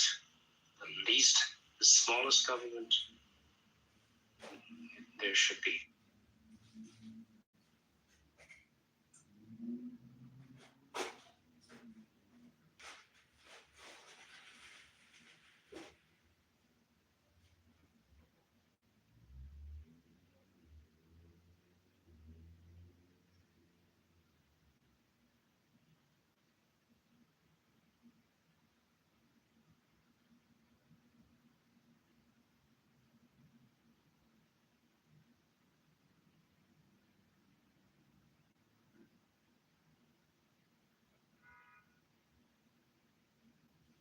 JCC, you there, brah?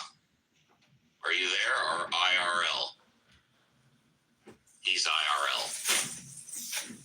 No, I'm here. I'm in the middle of doing stuff. What's up? I'm listening. Did you hear me blow my cool?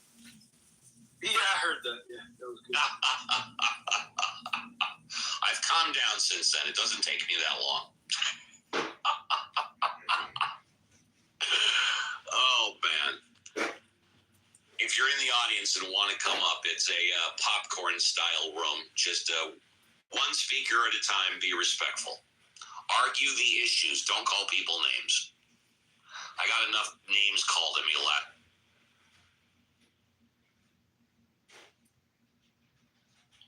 Yeah, what was this room? What happened last night? What room was that in?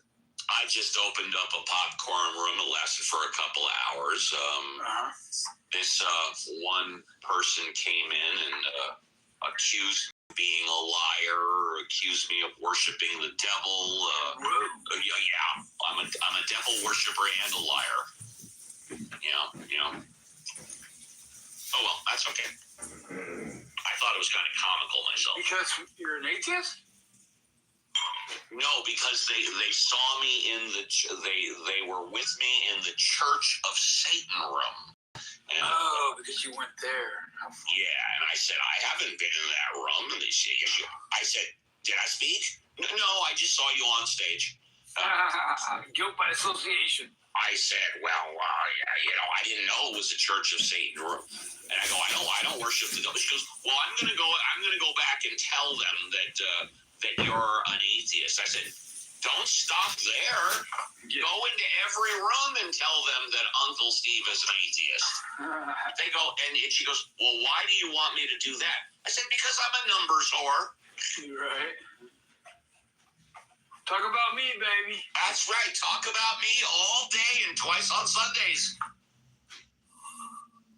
The devil is a lie. The devil is in the details. Ho Chi, see, I pronounced it right. I got it right. Thank you.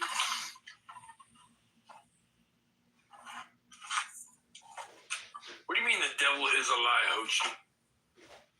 The devil is a lie. The devil is deception. Alive or a lie?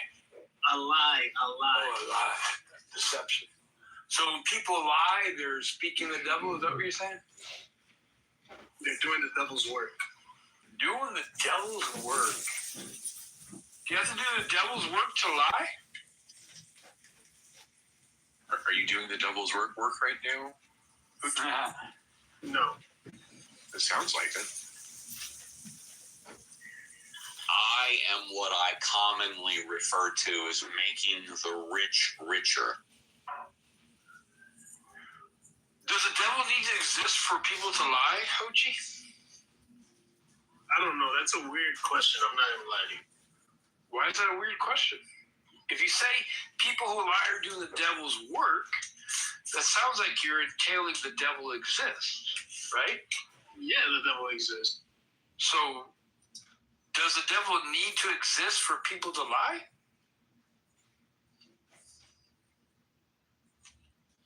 No, I'm pretty sure Donald Trump doesn't need to exist for people to lie, right? Yeah.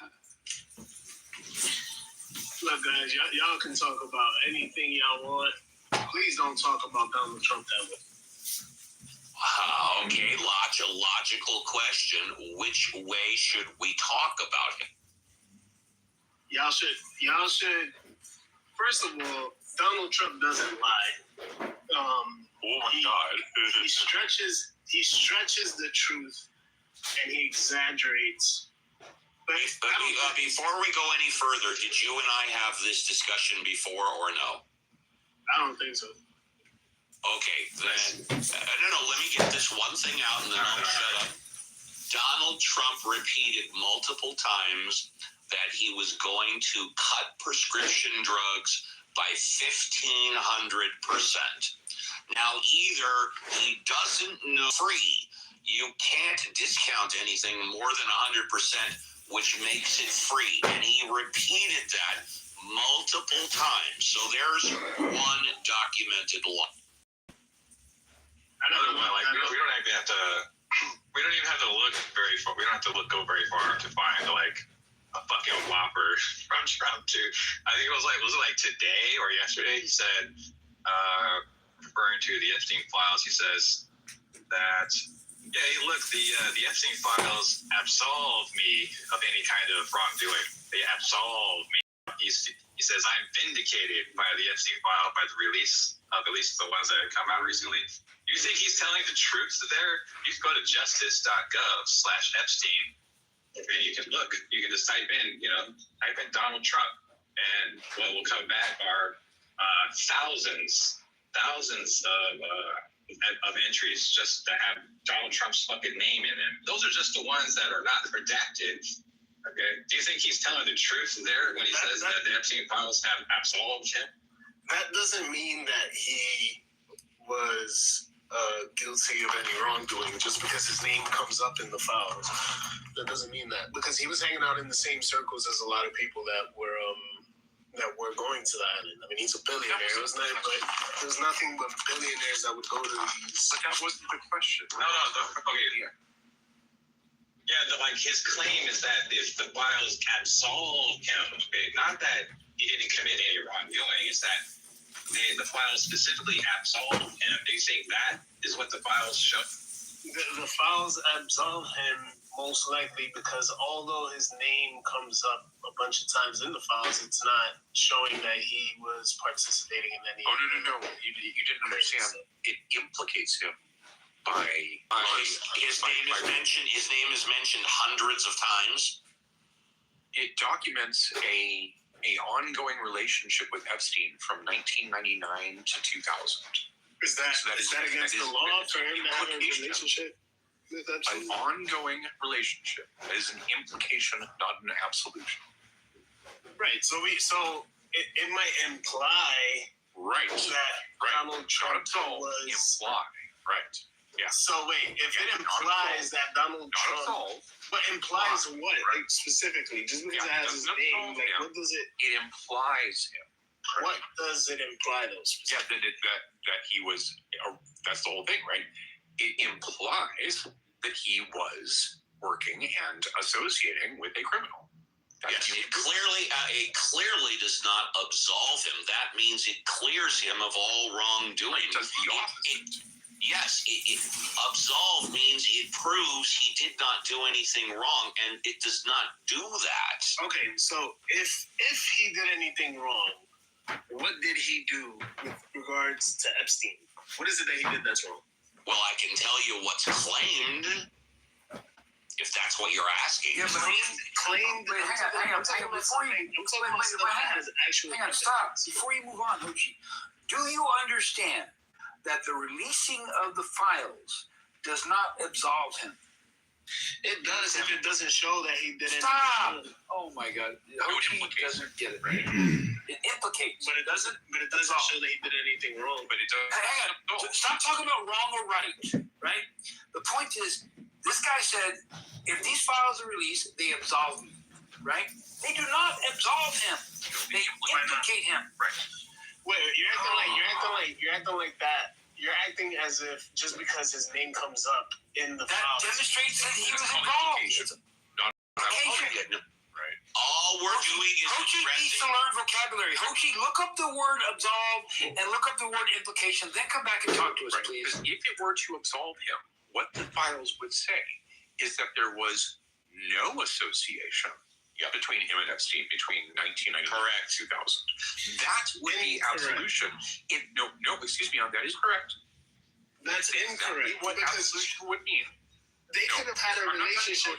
You're interrupting me in mid-sentence. That is exactly what absolution would mean. It would say that he cannot have been guilty of this. Instead, what it does is it implicates him through a ongoing relationship with Epstein from 1999 to 2000. And T, we don't even have to go to step 2. I think we should stick on step 1, and that is Hochi. When absolve means essentially he's proven innocent, that the documents prove that he did nothing wrong. The documents do not prove that he did nothing wrong. Now, we're not saying that he did do something wrong. We're simply saying that the statement that they will absolve him is not true. It's a lie because they do not prove that he did nothing wrong. Do you understand that? I understand, but the only way... Okay, so hold on. So since you understand that, do you agree with us, yes or no, that the documents do not absolve him? Do you agree? No. And the reason well then I've given it my best shot, T. Go ahead. Okay, so the reason why. Wait, can I talk? Can I talk, please? Can I just? No, you guys you didn't understand what I said. Wow. Just because I disagree doesn't mean I don't understand what you said. What I said. Oh, you don't understand, Hochi. You contradict yourself. Let's try this another way. When I say I'm absolved of a crime, what does that mean? That there's no implications that you did it. Right. That there's no implications that I did it. And then what do the Epstein files do with Trump? Do they implicate him with Epstein regarding an ongoing relationship between 1999 and 2000? Is it illegal to have a relationship with somebody? I'm confused. It's not about if it's legal. Hochi, it doesn't matter. No, Hochi. What I asked. It's whether or not he was involved with Epstein or not. The files demonstrate. Hang on. The files demonstrate he was involved. Do you agree or disagree? Involved with what? Epstein. Good golly. Epstein.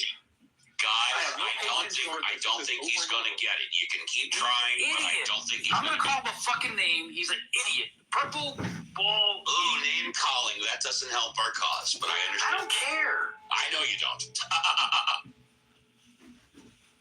He's not going to get it.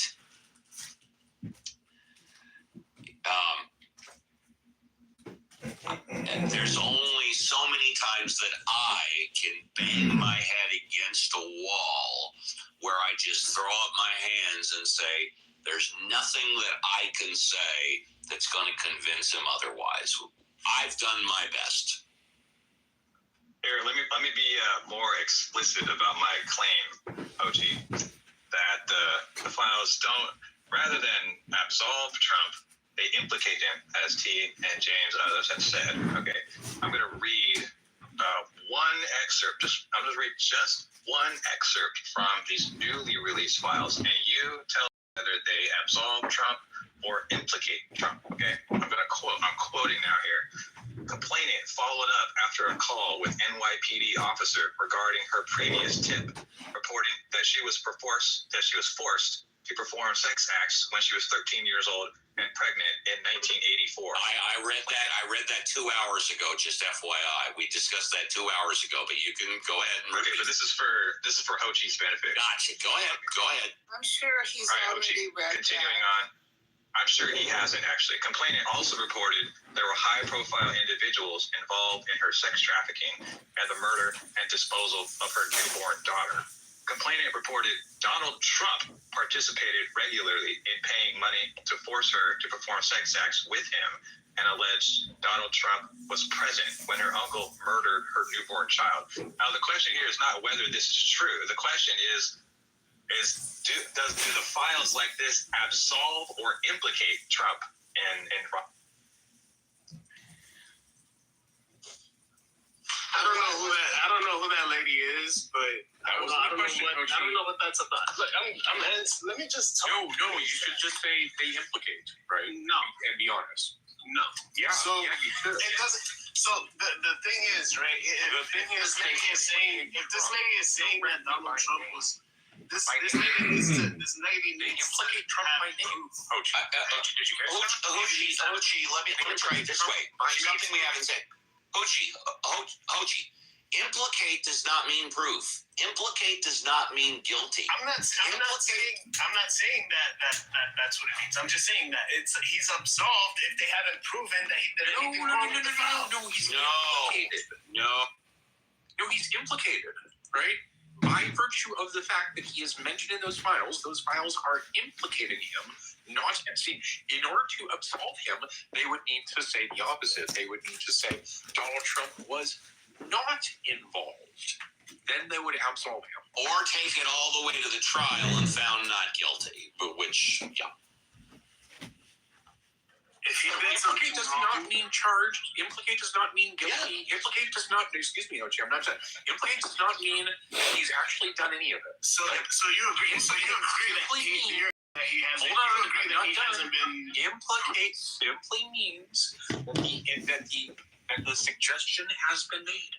That's all. That's all it means.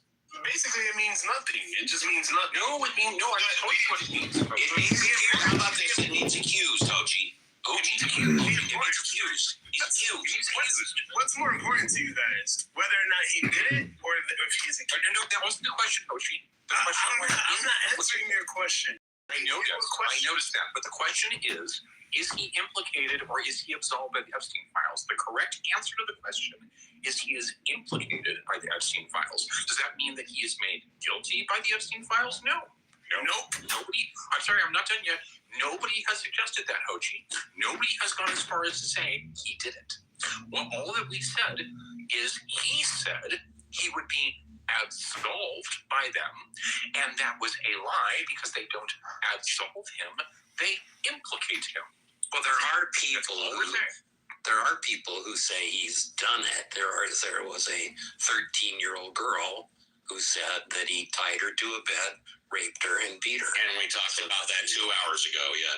I mean, that's an implication. He's been implicated by her because she said he did it. Yeah, John, we agree. But the problem at hand is that Hochi is contradicting himself. On one side, he does agree that these files do not abolish him, but then on the other side, he doesn't accept that it implicates him, right? So he thinks it's abolished because the files implicate him. It's kind of my thing is my question though is like, what are you guys actually concerned about? What are you exactly right? Every single time I talk, they do this.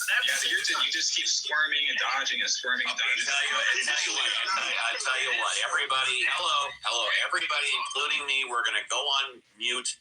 We're gonna let him talk. We're gonna let him get it all out. And I'm not even trying to say a lot. I just have a question, and I guarantee you that I'm not going to get an answer to this. I know that I'm not going to get an answer to this. But what's more important to you guys? Whether he did it, or that there's implications that he had a relationship with Jeffrey Epstein. Please just answer. Okay. What's more? Whether he did it. Whether he did it, right? No. Next question. No, you got to ask me a question. You guaranteed us that you weren't going to get an answer to that question. Yeah, you guaranteed you weren't going to get an answer. Now you're not wanting the answer. What the fuck's going on? Let me give you an account. Coachy, shut the fuck up. You see what I mean? Yes, but here's what happens. Here's what happens. Shut up. I already got Here's the sequence. I already got it. Here is the sequence. No. Here is the sequence of events, right? Ochi, relax. If it's more important for Ochi. No. You don't get to talk over the answer. Stop, Ochi. Ochi, you initially said, Ochi, I'm just going to keep over talking you until I get my point out, okay? Because we let you speak, all right? We all know Steve let you speak, okay, to ask your question, right? I'm going to say that the whole reason I'm going to go ahead whether you like it or not. The whole reason we're discussing this is because you said that Donald Trump does not tell lies, okay? You said something like Donald Trump does not tell lies. Are you fucking kidding me? And I said that we don't have to go very far to find like very easy, clear examples of Donald Trump lying through his fucking teeth. And Elliot, that was after I gave the 1,500% discount on drugs. Please continue. And I gave a very specific example of a tweet that Trump put out where he claimed, this was today or yesterday, that the Epstein files absolved Trump of any wrongdoing, okay? And then I went into further detail, and I even gave an explicit excerpt from the files that show that not only do they not absolve Trump, they implicate Trump, which means that this is clear evidence that Trump was lying. So can you at least agree on the initial discussion? Did you agree that he was lying in that case? No, and I'll tell you why I disagree, right? For him to say, okay, the files will absolve you, but what that means is that the files are not going to prove that he did anything wrong. No, that's not what it means. It doesn't mean that there wouldn't be any implications because anybody can accuse anybody of anything. That's not what absolve means. Yes, it does. No, hold on a second. Son, what does absolve mean? Calm down. You want the definition from Google? I'm asking a simple question. Hello. I'm very calm. Hello. Do you want me to read the definition of absolve? Right. I think you should probably align yourself with. Yeah, no, that's a good idea. You should read the definition of absolve. You could just stop for a second. I've explained this to you. Bro, I'm listening. You're not muted. What's going on? You're not muted. TV3,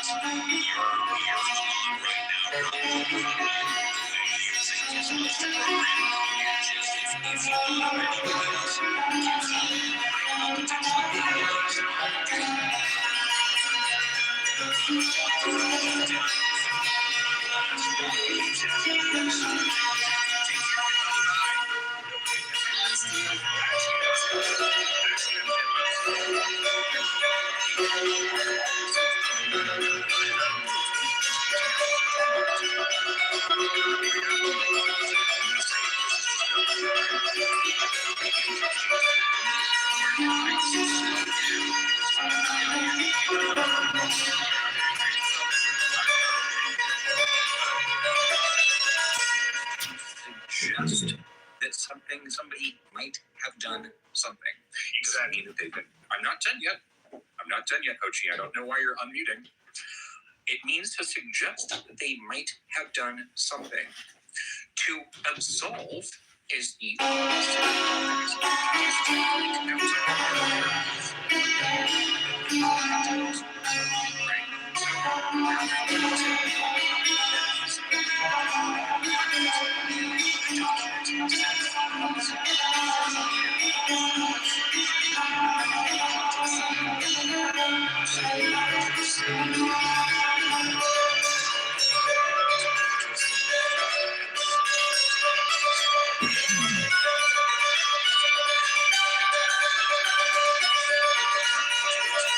Is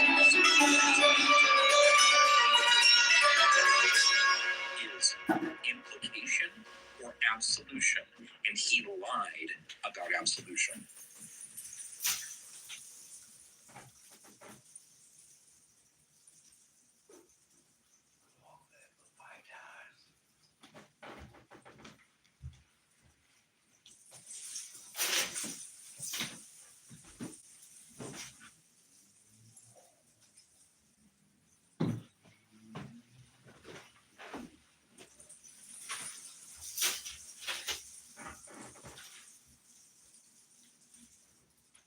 Now, if you're done saying stupid shit, provided you with a counterexample to your idiotic claim that Trump doesn't lie.